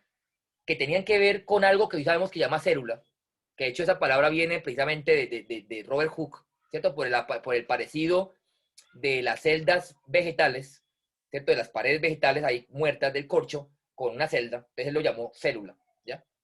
Entonces, esas observaciones muy diversas, ¿cierto? Esos estudios inductivos, ¿cierto? De lo particular, que intentaron aproximarse hacia lo universal, ¿cierto? Precisamente lograron consolidar las leyes, ¿cierto? Los postulados y luego la teoría celular, ¿cierto? Es decir, a partir de esos, digamos, de esas observaciones particulares que cada uno de esos científicos hizo, ¿cierto? Digamos que todo ese conocimiento reunido, ¿cierto? Respondía a unas regularidades, ¿cierto? Respondía, por ejemplo, a una regularidad. Los seres vivos están hechos de células, ¿sí? Y eso entonces empezó a verse que era una regularidad, porque lo estudió Hooke en Inglaterra, lo estudió Leeuwenhoek en Países Bajos, lo estudió por allá Matthias Leiden y Theodor en Alemania, y así. Entonces, fíjense, eso empezó a consolidar una serie de hipótesis y regularidades que formarían los postulados de lo que sería hoy la teoría celular, ¿ya? Ellos tampoco hablaron seguramente de teoría celular en ese momento, ¿ya? Eso ya sería posteriori. Pero ya luego, ya luego de que se consolidara la teoría celular, ¿cierto? Prácticamente en el siglo XIX, casi 200 años después, ¿sí? Cuando ya más o menos se consolida la teoría celular, ¿cierto? Ya a partir de esa teoría celular ya se pueden generar deducciones. O sea, yo hoy día, por ejemplo, si voy a estudiar las células, no sé, las células de un animal cualquiera, ¿sí? Pues yo no tengo que inventarme la teoría celular, ya está hecha. Y la teoría celular que está hecha, pues ya me permite deducir, ¿cierto? Deducir aspectos que me permiten explicar esos hechos que yo estoy observando, ¿sí? Entonces supongamos, ¿cierto? Que yo no sé, yo estoy estudiando no sé, la regeneración celular de las medusas, ¿sí? Entonces yo estoy estudiando la regeneración celular de las medusas. Entonces, obviamente las medusas son animales, obviamente las medusas tienen células, ¿cierto? Entonces yo tengo que inventarme la teoría celular para explicar la regeneración celular de las medusas. No, yo ya lo que yo estoy obteniendo, ¿cierto? Ahora, del estudio de las células de la medusa, pues explica muy bien con la teoría que ya está. Y precisamente como la teoría es robusta, puede explicar por deducción eso que yo estoy viendo en lo que estoy estudiando en este momento, ¿sí? Entonces ahí por eso es que la teoría tiene una capacidad explicativa importante, porque la teoría es capaz de, a pesar de que pase el tiempo, seguir explicando cosas nuevas, ¿sí? Entonces por eso la teoría celular no se va a caer, porque la teoría celular básicamente responde a cosas que inclusive aparecieron ahora, aparecieron hace 50 años, aparecieron hace 40 años, aparecieron hace 100 años. La teoría celular, cuando Ramón y Cajal descubrió la neurona, ¿cierto? Pues Ramón y Cajal, pues básicamente todo lo que él descubrió la neurona se ajustaba a lo que estaba ya establecido en la teoría celular, ¿sí? ¿Cierto? Ramón y Cajal pues, ya descubrió la neurona, ¿cierto? La unidad neuronal, ¿cierto? Y ese descubrimiento fue muy importante para la citología, para el estudio de las células, ¿cierto? Pero Ramón y Cajal no se tuvo que inventar una nueva teoría celular, ya estaba. Y básicamente los hechos que él observó, ¿cierto? Se pudieron explicar a partir de deducciones que venían de la teoría celular, ¿sí? Entonces la neurona tenía núcleo, como las células que ya se habían descrito, que tenían núcleo por allá, ¿cierto? Un señor de apellido Brown ya había descubierto el núcleo, entonces la célula, la neurona tenía núcleo, ¿cierto? La neurona tenía citoplasma, la neurona tenía ribosomas, la neurona tenía mitocondria, ¿sí? O sea, tenía lo que tienen las células, ¿sí? Entonces, si lo ven, entonces, digamos que normalmente las teorías y las leyes nos brindan la capacidad de generar razonamientos deductivos, ¿sí? Deductivos. Por eso es que la ciencia avanza, porque ya con leyes y teorías ya vamos, como se dice, como decía Stephen Hawking, sobre hombros de gigantes. Ya otros hicieron el trabajo, ese trabajo de hechos, inducción, leyes y teorías. Ya nosotros vamos sobre los hombros de hechos, ¿sí? Ya nosotros nos dedicamos a hacer trabajos deductivos. Ahora bien, tiene que llegar a alguien, ¿cierto? Encontrar unos hechos que no sean explicables por ninguna teoría y entonces generar el proceso inductivo y entonces llegar y decir, ah, bueno, entonces ya aquí yo puedo plantear una nueva ley y por qué no dentro de 100 años eso se consolide como una nueva teoría. Fíjense, ¿sí? Como le pasó, por ejemplo, a Einstein, ¿cierto? Habían unos hechos allí que como que la evidencia y lo que existía hasta el momento no podían explicar muy bien, ¿sí? Y Einstein fue capaz de plantear unas ideas que en su momento fueron hipótesis, ojo, ¿cierto? De esos hechos, y entonces él publicó esto. Y luego otros investigadores luego empezaron a generar evidencia, entonces aparecen unos principios de relatividad especial y general, y luego entonces ya, ¿cierto? Ya luego, cuando ya esto se vuelve mucho más grande, mucho más robusto, me explica mucho más cosas, tiene mayor capacidad de deducción, entonces ya hablamos de teoría de la relatividad, ¿sí? Entonces ya la teoría de la relatividad tiene una gran capacidad explicativa. De hecho, prácticamente la teoría de la relatividad permitió entender y generar el modelo cosmológico del universo que tenemos hoy. Sin la relatividad no hubiese sido posible entender la evolución del universo. O sea, el Big Bang sin relatividad se queda, como se dice, cojo, o tuerto, o ciego, prácticamente, ¿sí? Entonces miren la importancia de la ciencia en ese sentido, ¿no? Entonces, la ciencia se ha construido históricamente a partir de métodos inductivos y de métodos deductivos, ¿sí? Normalmente las grandes revoluciones, las grandes teorías, precisamente arrancaron con procesos inductivos, ¿sí? Lo que hacemos un poco el resto, ¿sí? Pues son básicamente deducciones. Es decir, ya con las teorías que están, tratar de explicar lo que vemos y lo que trabajamos. Y ver si obviamente lo que vemos y lo que trabajamos, pues está acorde o responde, ¿cierto?, a esas teorías que ya están establecidas, ¿sí? Entonces, si yo me llego a encontrar un animal, pues que no esté hecho de células, pues uno dice, ay, ¿qué es esto? Entonces, ¿esto qué es? ¿Sí o no? Como pasa, por ejemplo, hoy con la cosmología, ¿qué es la materia oscura? Entonces, como que eso está hecho de átomos, ¿eso de qué está hecho? Entonces, como que son aspectos que están allí todavía y que precisamente son hechos que no sabemos cómo explicar. Habrá alguien por allá, ¿cierto? Algún iluminado, pues que de pronto logre encajar, ¿cierto? De una manera inductiva, esos hechos con algo que ya esté establecido, o en su momento, o de pronto en su momento, establecer una nueva propuesta, entonces esa evidencia respaldaría esa nueva propuesta, entonces luego aparecería una nueva ley. Y esa nueva ley de pronto se encaja con una teoría ya existente, o si no, se vuelve una ley independiente y luego en el futuro puede haber una teoría, yo qué sé. Entonces, fíjense cómo es muy importante entender que la ciencia es un proceso dinámico. ¿Listo? Es un proceso que no para, que cambia, que se renueva, que se autocorrige. ¿Listo? Bueno, y aquí viene algo importante, ¿cierto? Y tiene que ver un poco con lo que mencionaban algunos de mis compañeros acá. Y son algunos puntos que me gustaría que discutiéramos con respecto a las dificultades en el aprendizaje y la comprensión de la ciencia, ¿sí? Ya yo no tengo que venderle a ustedes la moto, ¿cierto? De que la ciencia es fundamental en la construcción de pensamiento crítico en las personas porque por algo ustedes están aquí, ¿cierto? Yo creo que ustedes son conscientes de ello, saben, ¿cierto? No tengo que venderles la moto de que la ciencia es importante para la sociedad porque por algo están aquí, ¿cierto? Por algo son apasionados de esto, si no estarían seguramente chateando o yo qué sé. Entonces yo no creo que tenga necesidad de venderles esto, ¿cierto? De que la ciencia es fundamental para la construcción de un pensamiento crítico. Ahora bien, la pregunta es ¿por qué mucha gente, ¿cierto?, no está igualmente enterada de esto, ¿sí? Entonces, primero que todo porque a veces hay ciertos aspectos de la ciencia que se desconocen, ¿listo? Entonces, como les decía ahorita, aunque la ciencia es un método para conocer el mundo, sus hallazgos y principios no consisten en opiniones. Primero que todo, tener en cuenta eso. La ciencia no es la opinión del científico, ¿sí? Ahí estaríamos cayendo en una falacia de autoridad. ¿Listo? Segundo, ¿cierto? Las leyes están enmarcadas en teorías, ¿cierto? ¿Cierto? Las leyes están enmarcadas en teorías y se sustentan en diversas hipótesis comprobadas y respaldadas por la evidencia. Fundamental eso también.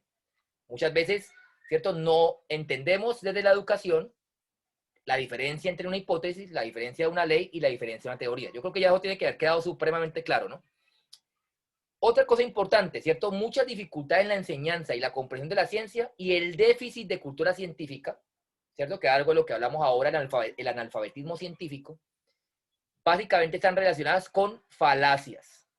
¿Eso? Las falacias son fallos argumentativos desde la lógica, que trascienden el modo de pensar de la sociedad y el criterio. Entonces por ejemplo, hay una falacia que sería muy pertinente hablar aquí, que es la falacia de autoridad, que es básicamente cuando nosotros damos por válido algo simplemente porque alguien con una posición de autoridad lo dice. ¿Sí? Entonces es como que yo dijera, no, es que yo soy biólogo y soy magíster en biología y soy doctor en... Entonces, por esa razón, usted me tiene que creer. No, usted no me tiene que creer a mí porque yo sea biólogo, magíster, doctor. Obviamente eso puede generar confianza, ¿sí? Pero no tiene por qué generar, ¿cierto?, una credibilidad total. Como yo digo a mis estudiantes, ustedes dudan hasta de lo que yo digo, pues yo me puedo equivocar. Tampoco yo soy una máquina, ¿cierto? De pronto a mí me puede haber un descache con alguna fecha, ¿cierto? Puede pasar, ¿sí? Entonces siempre hay que tener una actitud de escepticismo frente a todo, independientemente de que fulano tenga muchos títulos o tenga pocos títulos. Obviamente eso puede generar confianza, vuelvo y lo repito, ¿cierto? Yo aquí les hablo de ciencia, pero yo no vengo aquí a hablar de farándula, ¿sí? Por ejemplo. Entonces, obviamente pues, hay que tratar de entender eso, ¿no? Entonces, cuando entendemos que la ciencia, pues, no es la opinión de los científicos, ¿sí? La opinión de los científicos es la opinión de los científicos, ¿sí? Es como, por ejemplo, si usted me pregunta a mí, yo qué opino, por decir algo, de lo que puede pasar con el tema del coronavirus, desde el punto de vista evolutivo, ¿cierto? Pues yo les puedo dar mi punto de vista como biólogo evolutivo que soy, frente al panorama del coronavirus en el contexto social y cómo lo veo yo como biólogo evolutivo, ¿sí? Pero eso no quiere decir que eso que yo estoy diciendo sea exactamente lo que va a pasar, ¿sí? Yo necesitaría datos, necesitaría meterme en profundidad en investigar el tema, Yo puedo dar una opinión, obviamente razonable, de lo que yo creo que puede pasar, ¿cierto? Con base en mi conocimiento. Pero ya, eso es lo que yo puedo hacer, ¿sí? Entonces, eso es una opinión mía, que puede estar más o menos soportada por evidencia de otras personas, ¿sí? Pero, ¿cierto? Hay que entender eso. Entonces, cuando entendemos que la ciencia es una construcción colectiva, ¿cierto? Donde tenemos una comunidad científica, entonces ya vamos a entender que la ciencia no es que una persona lo dijo, ¿sí? Que no es que una persona hizo la teoría, ¿listo? Eso es importante. Bueno, y entonces la falacia, ¿qué es? ¿Sí? La falacia es un razonamiento engañoso, inválido, pero que se usa para justificar una idea. Entonces muchas veces, ¿cierto? Muchas veces vemos en la cotidianidad, ¿cierto? Muchas falacias que se utilizan para soportar. Por ejemplo, ahora con el tema del COVID, muchas falacias se utilizan para soportar muchas de la desinformación que estamos viendo, ¿sí? Entonces, básicamente, cuando nos enfrentamos a una falacia, lo que estamos viendo es una trampa cognitiva. Es decir, la falacia lo que hace es engañar, ¿cierto? Engañar el razonamiento cognitivo de una persona, ¿cierto? Y entonces la persona permite o cree que el argumento es válido cuando en realidad no lo es, ¿sí? Entonces quiero compartirles aquí unos videitos que me gustaron mucho para que entendamos esto de las falacias y cómo es que las falacias pues son también un problema muy grande a la hora de ese pensamiento, de desarrollar el pensamiento crítico y científico, porque a veces no nos enseñan desde el pensamiento crítico cómo detectar las falacias. No nos enseñan, ¿sí? Y entonces, claro, detectar las falacias es clave, porque cuando detectamos una falacia, detectamos que no hay un argumento realmente, ¿sí? No hay ninguna razón lógica, ¿listo? Pero muchas veces se van a dar cuenta que las falacias son muy comunes, realmente son muy comunes en lo que vemos en la cotidianidad, y a veces hasta los medios juegan con nosotros, precisamente juegan con nosotros en ese sentido con las falacias, ¿listo? Entonces voy a compartirles por acá, ¿sí? Como para romper también un poquito la rutina, unos videitos que encontré precisamente sobre las falacias, para que entendamos, porque son varias falacias, hay cerca de 20 tipos de falacias lógicas, imagínense, son muchas. Entonces, ustedes me gustaron porque lo resumen el videito muy claramente, resumen el tema de las falacias muy bien. ¿Listo? Bueno. ¿Listo? Entonces voy a compartirles por acá, a ver si me dicen si lo ven. ¿Listo? A ver. Un momento. ¿Por qué no me sale por acá?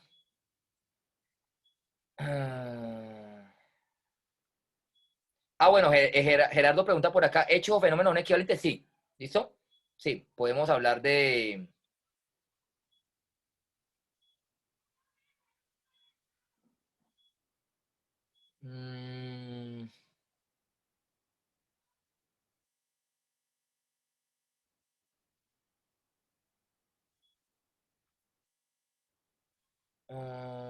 a ver. Bueno, aquí básicamente, no sé, es que no entendí aquí si una pregunta que me hace por acá Solange, que dice, eso que dices de generar hipótesis todo el tiempo, en lo cotidiano, en todo lo que se hace. Es lo que dice Ricardo de cómo se deben abarcar todos los temas para obtener mejores respuestas. No sé exactamente si me puede explicar allí. Un comentario. Vale. No, lo que quiero decir es que nosotros podemos estarnos cuestionando todo el tiempo las cosas. Por ejemplo, ¿sí? Un ejemplo. A todos nos llaman todo el tiempo para ofrecernos, no sé, de los bancos. Entonces nos dicen, no, tenemos la mejor oferta para usted, tenemos el crédito hipotecario, bla, bla, bla, bla, bla, libre inversión. Todo el tiempo nos llaman, ¿no? Pero dicen, no, y entonces ofrecemos la mejor tasa del mercado. Y entonces que es de tanto por ciento anual y ta, ta, ta. Entonces, entonces, ¿qué pasa? Si yo trago entero, por ejemplo, entonces yo me dejo convencer del vendedor, fíjense, ¿cierto? Pero entonces yo digo, en cambio yo pienso, ¿cierto? Fíjense, yo pienso científicamente, ¿yo qué digo? Entonces yo le digo, bueno, ¿cuánto es que usted me está diciendo? 8%, ¿qué banco? Tal, listo. Entonces yo me anoto el dato. Bueno, déjeme, yo lo analizo, ¿cierto?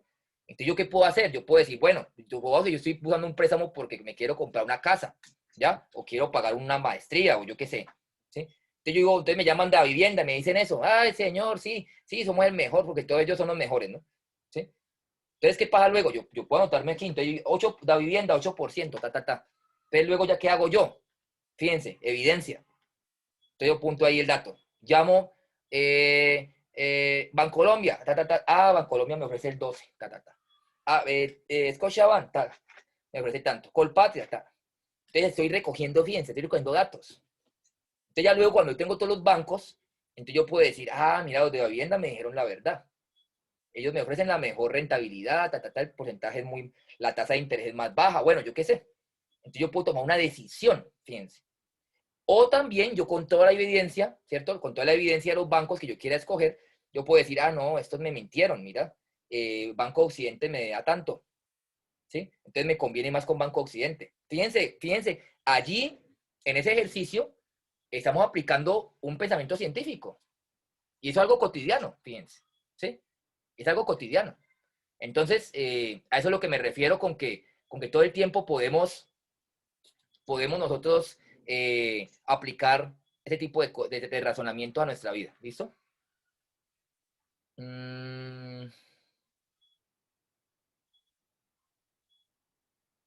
A ver, yo digo acá, dice Cristian, me gustaría plantear una observación. Dado que la capacidad de la ciencia para establecer la validez de una hipótesis acerca de un fenómeno está vinculada con la validación por medio de montaje experimental, ¿hasta qué punto la tecnología limita la capacidad de la ciencia para validar la hipótesis? Claro, ese es el tema, Cristian. Y precisamente eso también creo que ha sido una demostración de la misma historia. Fíjate que la misma historia nos ha mostrado que la tecnología muchas veces, ¿cierto? Es una limitante para muchas cosas. Por ponerte un ejemplo, fíjate, Galileo logra, digámoslo así, consolidar un aparato tecnológico, un telescopio que le permitió ver más allá de lo que sus sentidos le permitían ver. Y ese avance tecnológico, que en su momento fue el telescopio, y que luego fue mejorando, ¿cierto? Y por eso es que la astronomía como ciencia mejoró muchísimo, al igual que el microscopio, y que permitió que la biología avanzara también mucho, pues tanto el microscopio como el telescopio nos permitieron a los seres humanos y a la ciencia poder ver más allá de lo que nosotros con los sentidos podíamos ver, ¿sí? Pero fíjate que hasta antes del telescopio y el microscopio, que son dos avances tecnológicos importantes, pues digamos que todo se limitaba a lo que podíamos ver con los ojos. Y entonces hasta antes de eso, pues, por ejemplo, pues los seres vivos que se estudiaron en algún momento, pues fueron los animales, las plantas, ¿cierto? Porque pues no había más posibilidad de ver más allá, ¿sí? Y los planetas se consideraban bolas perfectas, porque no había posibilidad de ver más allá. Entonces obviamente había una limitante tecnológica. Pero fíjate que en la medida que el tiempo ha avanzado y evidentemente la tecnología también ha avanzado, pues la tecnología también ha permitido precisamente que el ser humano pueda indagar más allá. Fíjense, ya tenemos telescopios en órbita, ¿cierto? El Hubble, por ejemplo, permitió hacer muchas cosas, muchas observaciones que de otra manera hubiesen sido imposible hacerlas, ¿sí? Hoy día, por ejemplo, los telescopios del ALMA en Chile, pues también permiten un montón de observaciones en un montón de espectros de longitud de onda que, por ejemplo, con los telescopios clásicos ópticos newtonianos, pues no hubiésemos podido saber, ¿cierto? Las radiaciones de microondas, bueno, un montón de avances que la tecnología evidentemente nos ha permitido ir haciendo. Y por esas razones que en últimas a futuro, probablemente cuando la tecnología siga, ¿cierto? La tecnología, digamos, que tiene un crecimiento exponencial, la tecnología siga avanzando, probablemente vamos a poder indagar en cosas que hoy día parecen descabelladas y ciencia ficción, pero que en el futuro probablemente van a ser ciencia real, ¿sí? Entonces, eso también es algo bien, bien importante, Cristian. Bueno, bueno, Tico, voy a entonces a compartirles por acá el videito que les decía. Entonces, a ver, es que no. A ver, por acá. A ver. Ahí están viendo la pantalla, ¿cierto? Ahí están viendo YouTube. ¿Sí? ¿Estamos viendo el YouTube ahí? Sí, ahí se ve YouTube. ¿Sí? Sí, Vale, Sí, perfecto. señor, sí, señor. Ajá. Ok. Bueno, ahí está obviamente la propaganda, no la puedo, no. Ranchera, bueno. Ahora viene Protex. Ok, bien. Elimina el... No... A ver, eso es interesante. Ya que lo ponen aquí, fíjense. Fíjense que las propagandas, por ejemplo, miren, aquí me salió Protex, ¿no? 99.9% de las bacterias. ¿Por qué no pueden decir que el 100%? Eso es algo Para, científico, para, fíjense.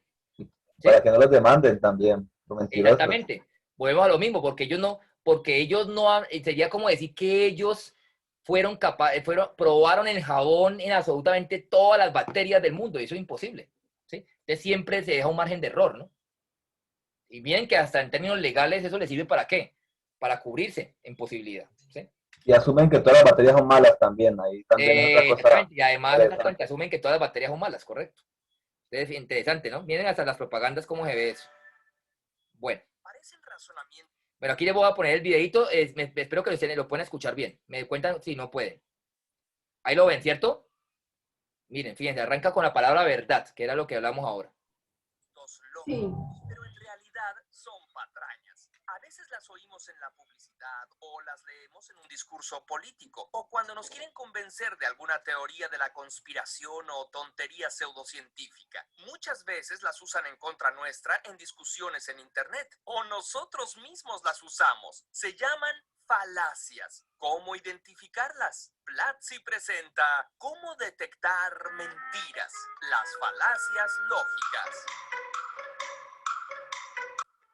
En primer lugar, debemos decir que una falacia no necesariamente es una mentira. La falacia es un error de razonamiento. A partir de ciertas premisas se llega a conclusiones que no son lógicas. Si un argumento es falaz, llega a una conclusión mediante un razonamiento que no es válido, aunque la conclusión final podría ser de chiripa cierta. Las falacias suelen estar asociadas a intentos de engañar, estafar o por lo menos de ganar discusiones aunque no se tenga la razón. Así que identificar una falacia es de gran ayuda para detectar una mentira. Nos basamos en el libro El mundo y sus demonios del genial divulgador Carl Sagan para darte a conocer las falacias más comunes. Apelación a la ignorancia. Se llama también argumento ad ignorantiam. Consiste en afirmar que si algo no se sabe o no se ha probado que sea falso, debe ser verdadero, cosa que es totalmente ilógica. Por ejemplo, hay hombrecitos verdes viviendo en las Pléyades. ¿Cómo puedes afirmar eso? Ninguna misión ha ido a las Pléyades. ¡Exacto! No puedes probar que es falso, por lo tanto, es verdadero.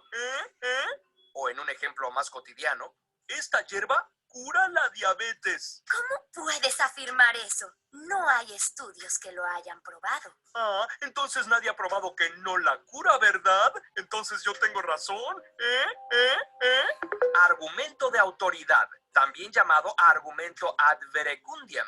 Pensar que una afirmación es verdadera solo porque la pronunció alguien famoso, sabio o incluso experto. Aunque con frecuencia la experiencia y el saber de alguien son buenas credenciales, la autoridad puede estar equivocada porque puede hablar de un tema que no es su especialidad. Por ejemplo, Jim Carrey es un gran actor, ¿verdad? Y muy famoso. Sí, es muy divertido. Yo no vacuné a mis hijos porque Jim Carrey dijo que las vacunas causan autismo. Pero Jim Carrey no es médico. ¿Qué vas a ver de vacunas? ¿Cómo puedes estar en contra de Jim Carrey? ¡Fuera de aquí! ¡Si fue la máscara! O porque puede estar equivocado. Sus datos pueden ser obsoletos u otros expertos no están de acuerdo. El doctor Ramírez tiene 60 años de experiencia y dice que la carne es la única fuente de proteínas. Si no comes carne, te vas a morir.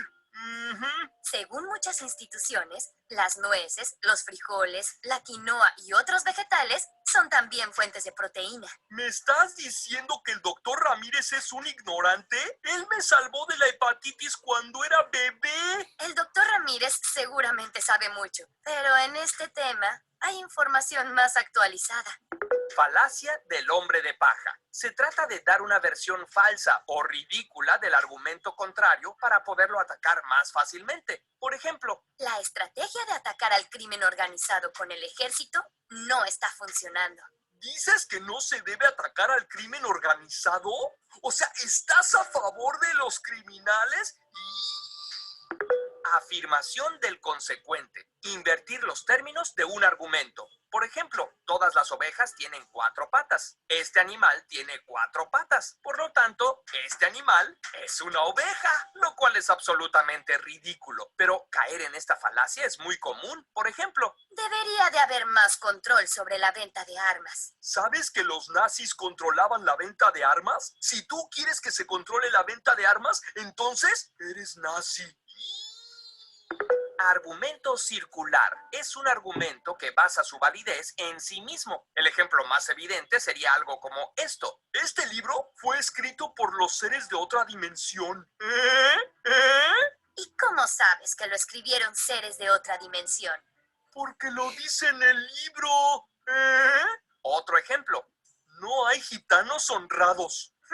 ¿Qué tal Manolo? Es muy honrado. Él no es gitano. ¿Cómo lo sabes? Ay, pues porque es honrado. Uy. Muchas veces los argumentos circulares omiten todo el razonamiento fallido subyacente, se compactan y simplemente se expresan como afirmaciones dogmáticas que no admiten discusión. Por ejemplo, la homosexualidad está mal y punto. Es estúpido creer en la evolución.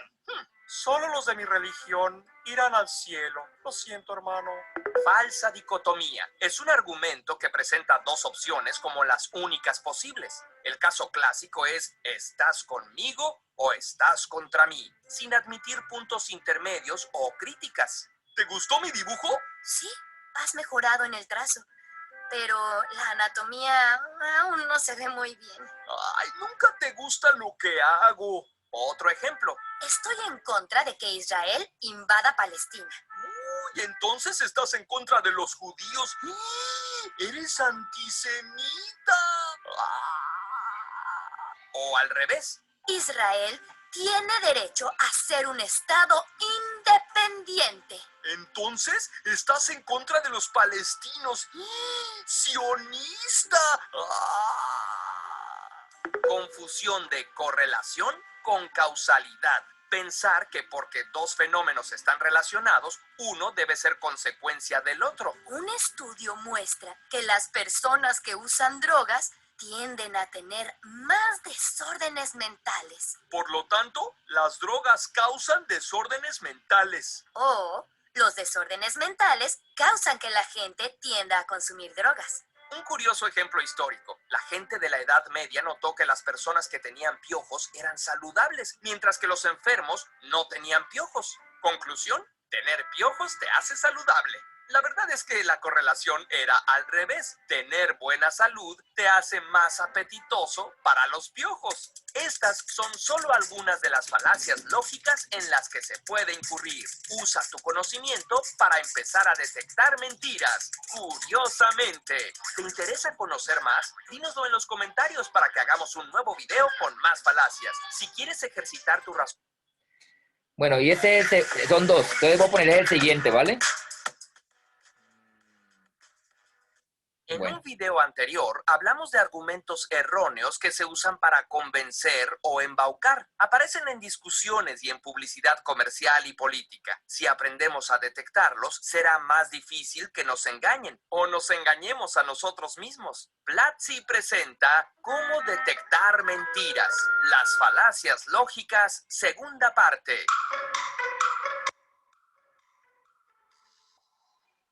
Tomamos la lista de falacias del libro El mundo y sus demonios de Carl Sagan. Te recomendamos leerlo completo. Estas son algunas de las falacias que ahí se describen. Argumento ad hominem. Es cuando se ataca a la persona en lugar de atacar el argumento. Por ejemplo, ¡uy, no comas de esas papas fritas! Están echadas a perder. Yo me comí unas y me hicieron daño. Ay, Andrés, todos saben que eres un tonto.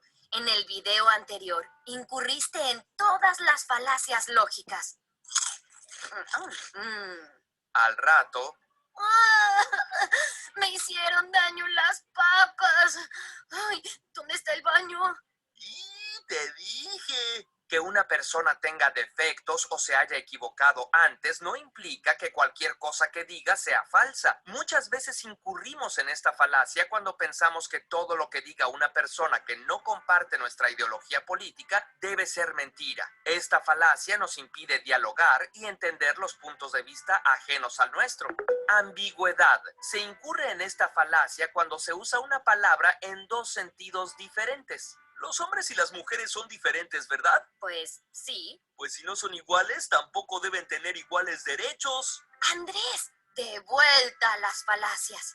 En este caso se usa el término igualdad en dos sentidos diferentes. En la premisa se usa en el sentido de similitud. Es cierto que hombres y mujeres no son idénticos, pero en la conclusión se usa igualdad en el sentido de equidad, equiparación de dignidad e importancia y por lo tanto los mismos derechos y obligaciones.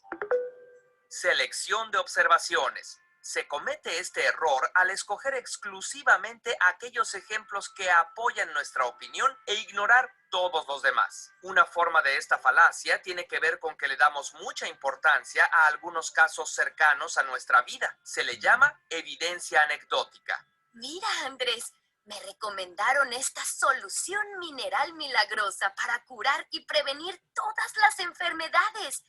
Está hecha con clorito de sodio. La tía de un amigo y la amiga de un tío se curaron de la anemia y de la gripe. Beatriz, pero hay mucha gente que ha usado eso y no se ha curado de nada. Y leí que hay muchos casos de personas que se han intoxicado. Íbamos a hacer que Beatriz se tomara su solución milagrosa y acabara agonizante en el hospital, pero creemos que es más inteligente que eso. ¿En serio, Andrés? Sí, mira estos estudios científicos. A ver. Tienes razón. Hay más casos documentados de intoxicaciones que de curaciones. Quizá lo de mis conocidos sea solo casualidad. Les voy a mostrar los estudios antes de que se intoxiquen también. Otra versión de esta falacia es cuando se intenta hacer estadística con números muy pequeños. Por ejemplo, no creo que gane tu candidato. Le pregunté a todos mis amigos y casi todos van a votar por mi candidato. ¿A cuántas personas le preguntaste? A más de 50. ¿Y cuántos votantes hay en el país? Creo que como 90 millones. Creo que mi muestra es muy pequeña, ¿verdad? Creo que sí. Y poco representativa. Sí, y como todos son mis amigos, es probable que la mayoría tenga ideas similares a las mías.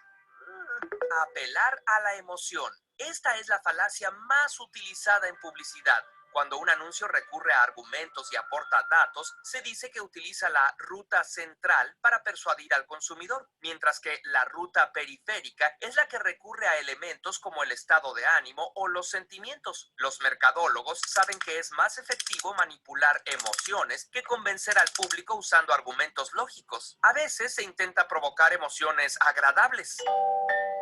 La sonrisa de tu bebé feliz no tiene precio. Suavizante pachoncito, tan agradable como el amor de mamá. Otras veces, el anuncio busca provocarnos miedo. Si gana el partido púrpura, perderás todo lo que tienes. Reinará el crimen y el caos. Vota bajo tu propio riesgo. O incluso se omiten los argumentos por completo y simplemente se rodea la marca de imágenes agradables o atractivas, implicando que si obtienes el producto, obtendrás lo que las demás imágenes representan. Mastroianni, ¿te atreves? Afortunadamente, las falacias no son infalibles. Mientras más conscientes estemos de que existen, mejor podemos detectarlas, resistirlas y tomar decisiones razonadas. Curiosamente, sin incurrir en falacias, te podemos asegurar que Platzi te ofrece cursos de marketing, diseño, programación y mucho más. Si eliges un plan de... Bueno, chicos, entonces fíjense todo el tema, ya para terminar la clase de hoy, fíjense toda la importancia de entender, ¿cierto? Todo el tema de las falacias, ¿no? No sé si analizaron el video, no sé si ya conocían el concepto de falacia. Ya para terminar, me gustaría que alguno me comentara si conocía el concepto de falacia. Fíjense que también, eso les iba a comentar, en el libro de Carl Sagan se me fue, ya lo recomendé otra vez, del mundo y sus demonios, ¿cierto? Pues allí precisamente se habla sobre el tema de las falacias lógicas. Y es fundamental el tema de las falacias lógicas para poder evaluar, ¿cierto? Para poder entender si un razonamiento realmente tiene una lógica detrás o no la tiene, ¿sí? Entonces fíjense que es supremamente importante tener claro ese concepto porque muchas veces no sabemos que existe y miren que es muy común caer en falacias, ¿no? Entonces, no sé si alguno ya había escuchado del concepto o le es completamente nuevo. Trial version. ¿Hola? Hola. Hola, hola. Pensé que... Trial version. Hola, ¿qué pasó? ¿Me escuchan? Y aquí estamos, profe. Es que no sé por qué me está diciendo como algo el Zoom. Bueno, entonces, no sé si ya conocían el concepto de falacia, no sé si ya lo habían escuchado, o qué les parecieron los videitos, Sí, el concepto ya estaba escuchado. ¿sí? Carl Sagan lo llaman camelos, sí, correcto. Lo que pasa es que camelos viene de la traducción del español de España, ¿no? Entonces, en España un camelo es como un engaño, pues digámoslo así, ¿listo? Entonces, de ahí viene lo del camelo, porque normalmente, claro, como muchos libros son traducidos en España, entonces a veces son traducidos con el español de España, ¿ya? Ujú. Bueno, chicos, entonces, por ahora me despido, entonces los dejo pues con esto para que piensen ustedes allí en falacias, a ver si de pronto algún día han caído en ellas, a ver si alguna vez se han sentido engañados en ese sentido y fíjense que vimos toda la necesidad que hay de ser capaces de evaluar de manera razonable y de manera importante las falacias. ¿Listo? Bueno, por ahora entonces me despido, muchachos, cuídense mucho. Un saludo Muchas para gracias, todos. profe, que estén muy bien. Vale, entonces, bueno, espero que Muchas hasta ahora gracias, el curso profe. les haya gustado. Recuerden diligenciar la asistencia. ¿Ya todos diligenciaron la asistencia? No, yo no la veo. ¿Dónde anda? Voy a yo poner el enlace falto. acá, ¿listo? Voy a poner el enlace acá, aquí al final, para que por favor llenen la asistencia, ¿listo? Bueno, entonces, ok. Bueno, no, gracias a ustedes por la conexión y bueno, yo espero que este curso, pues, aunque ha sido muy corto, ya la próxima clase ya terminaríamos, pues yo espero pues que haya sido muy productivo y que hayan aprendido bastante.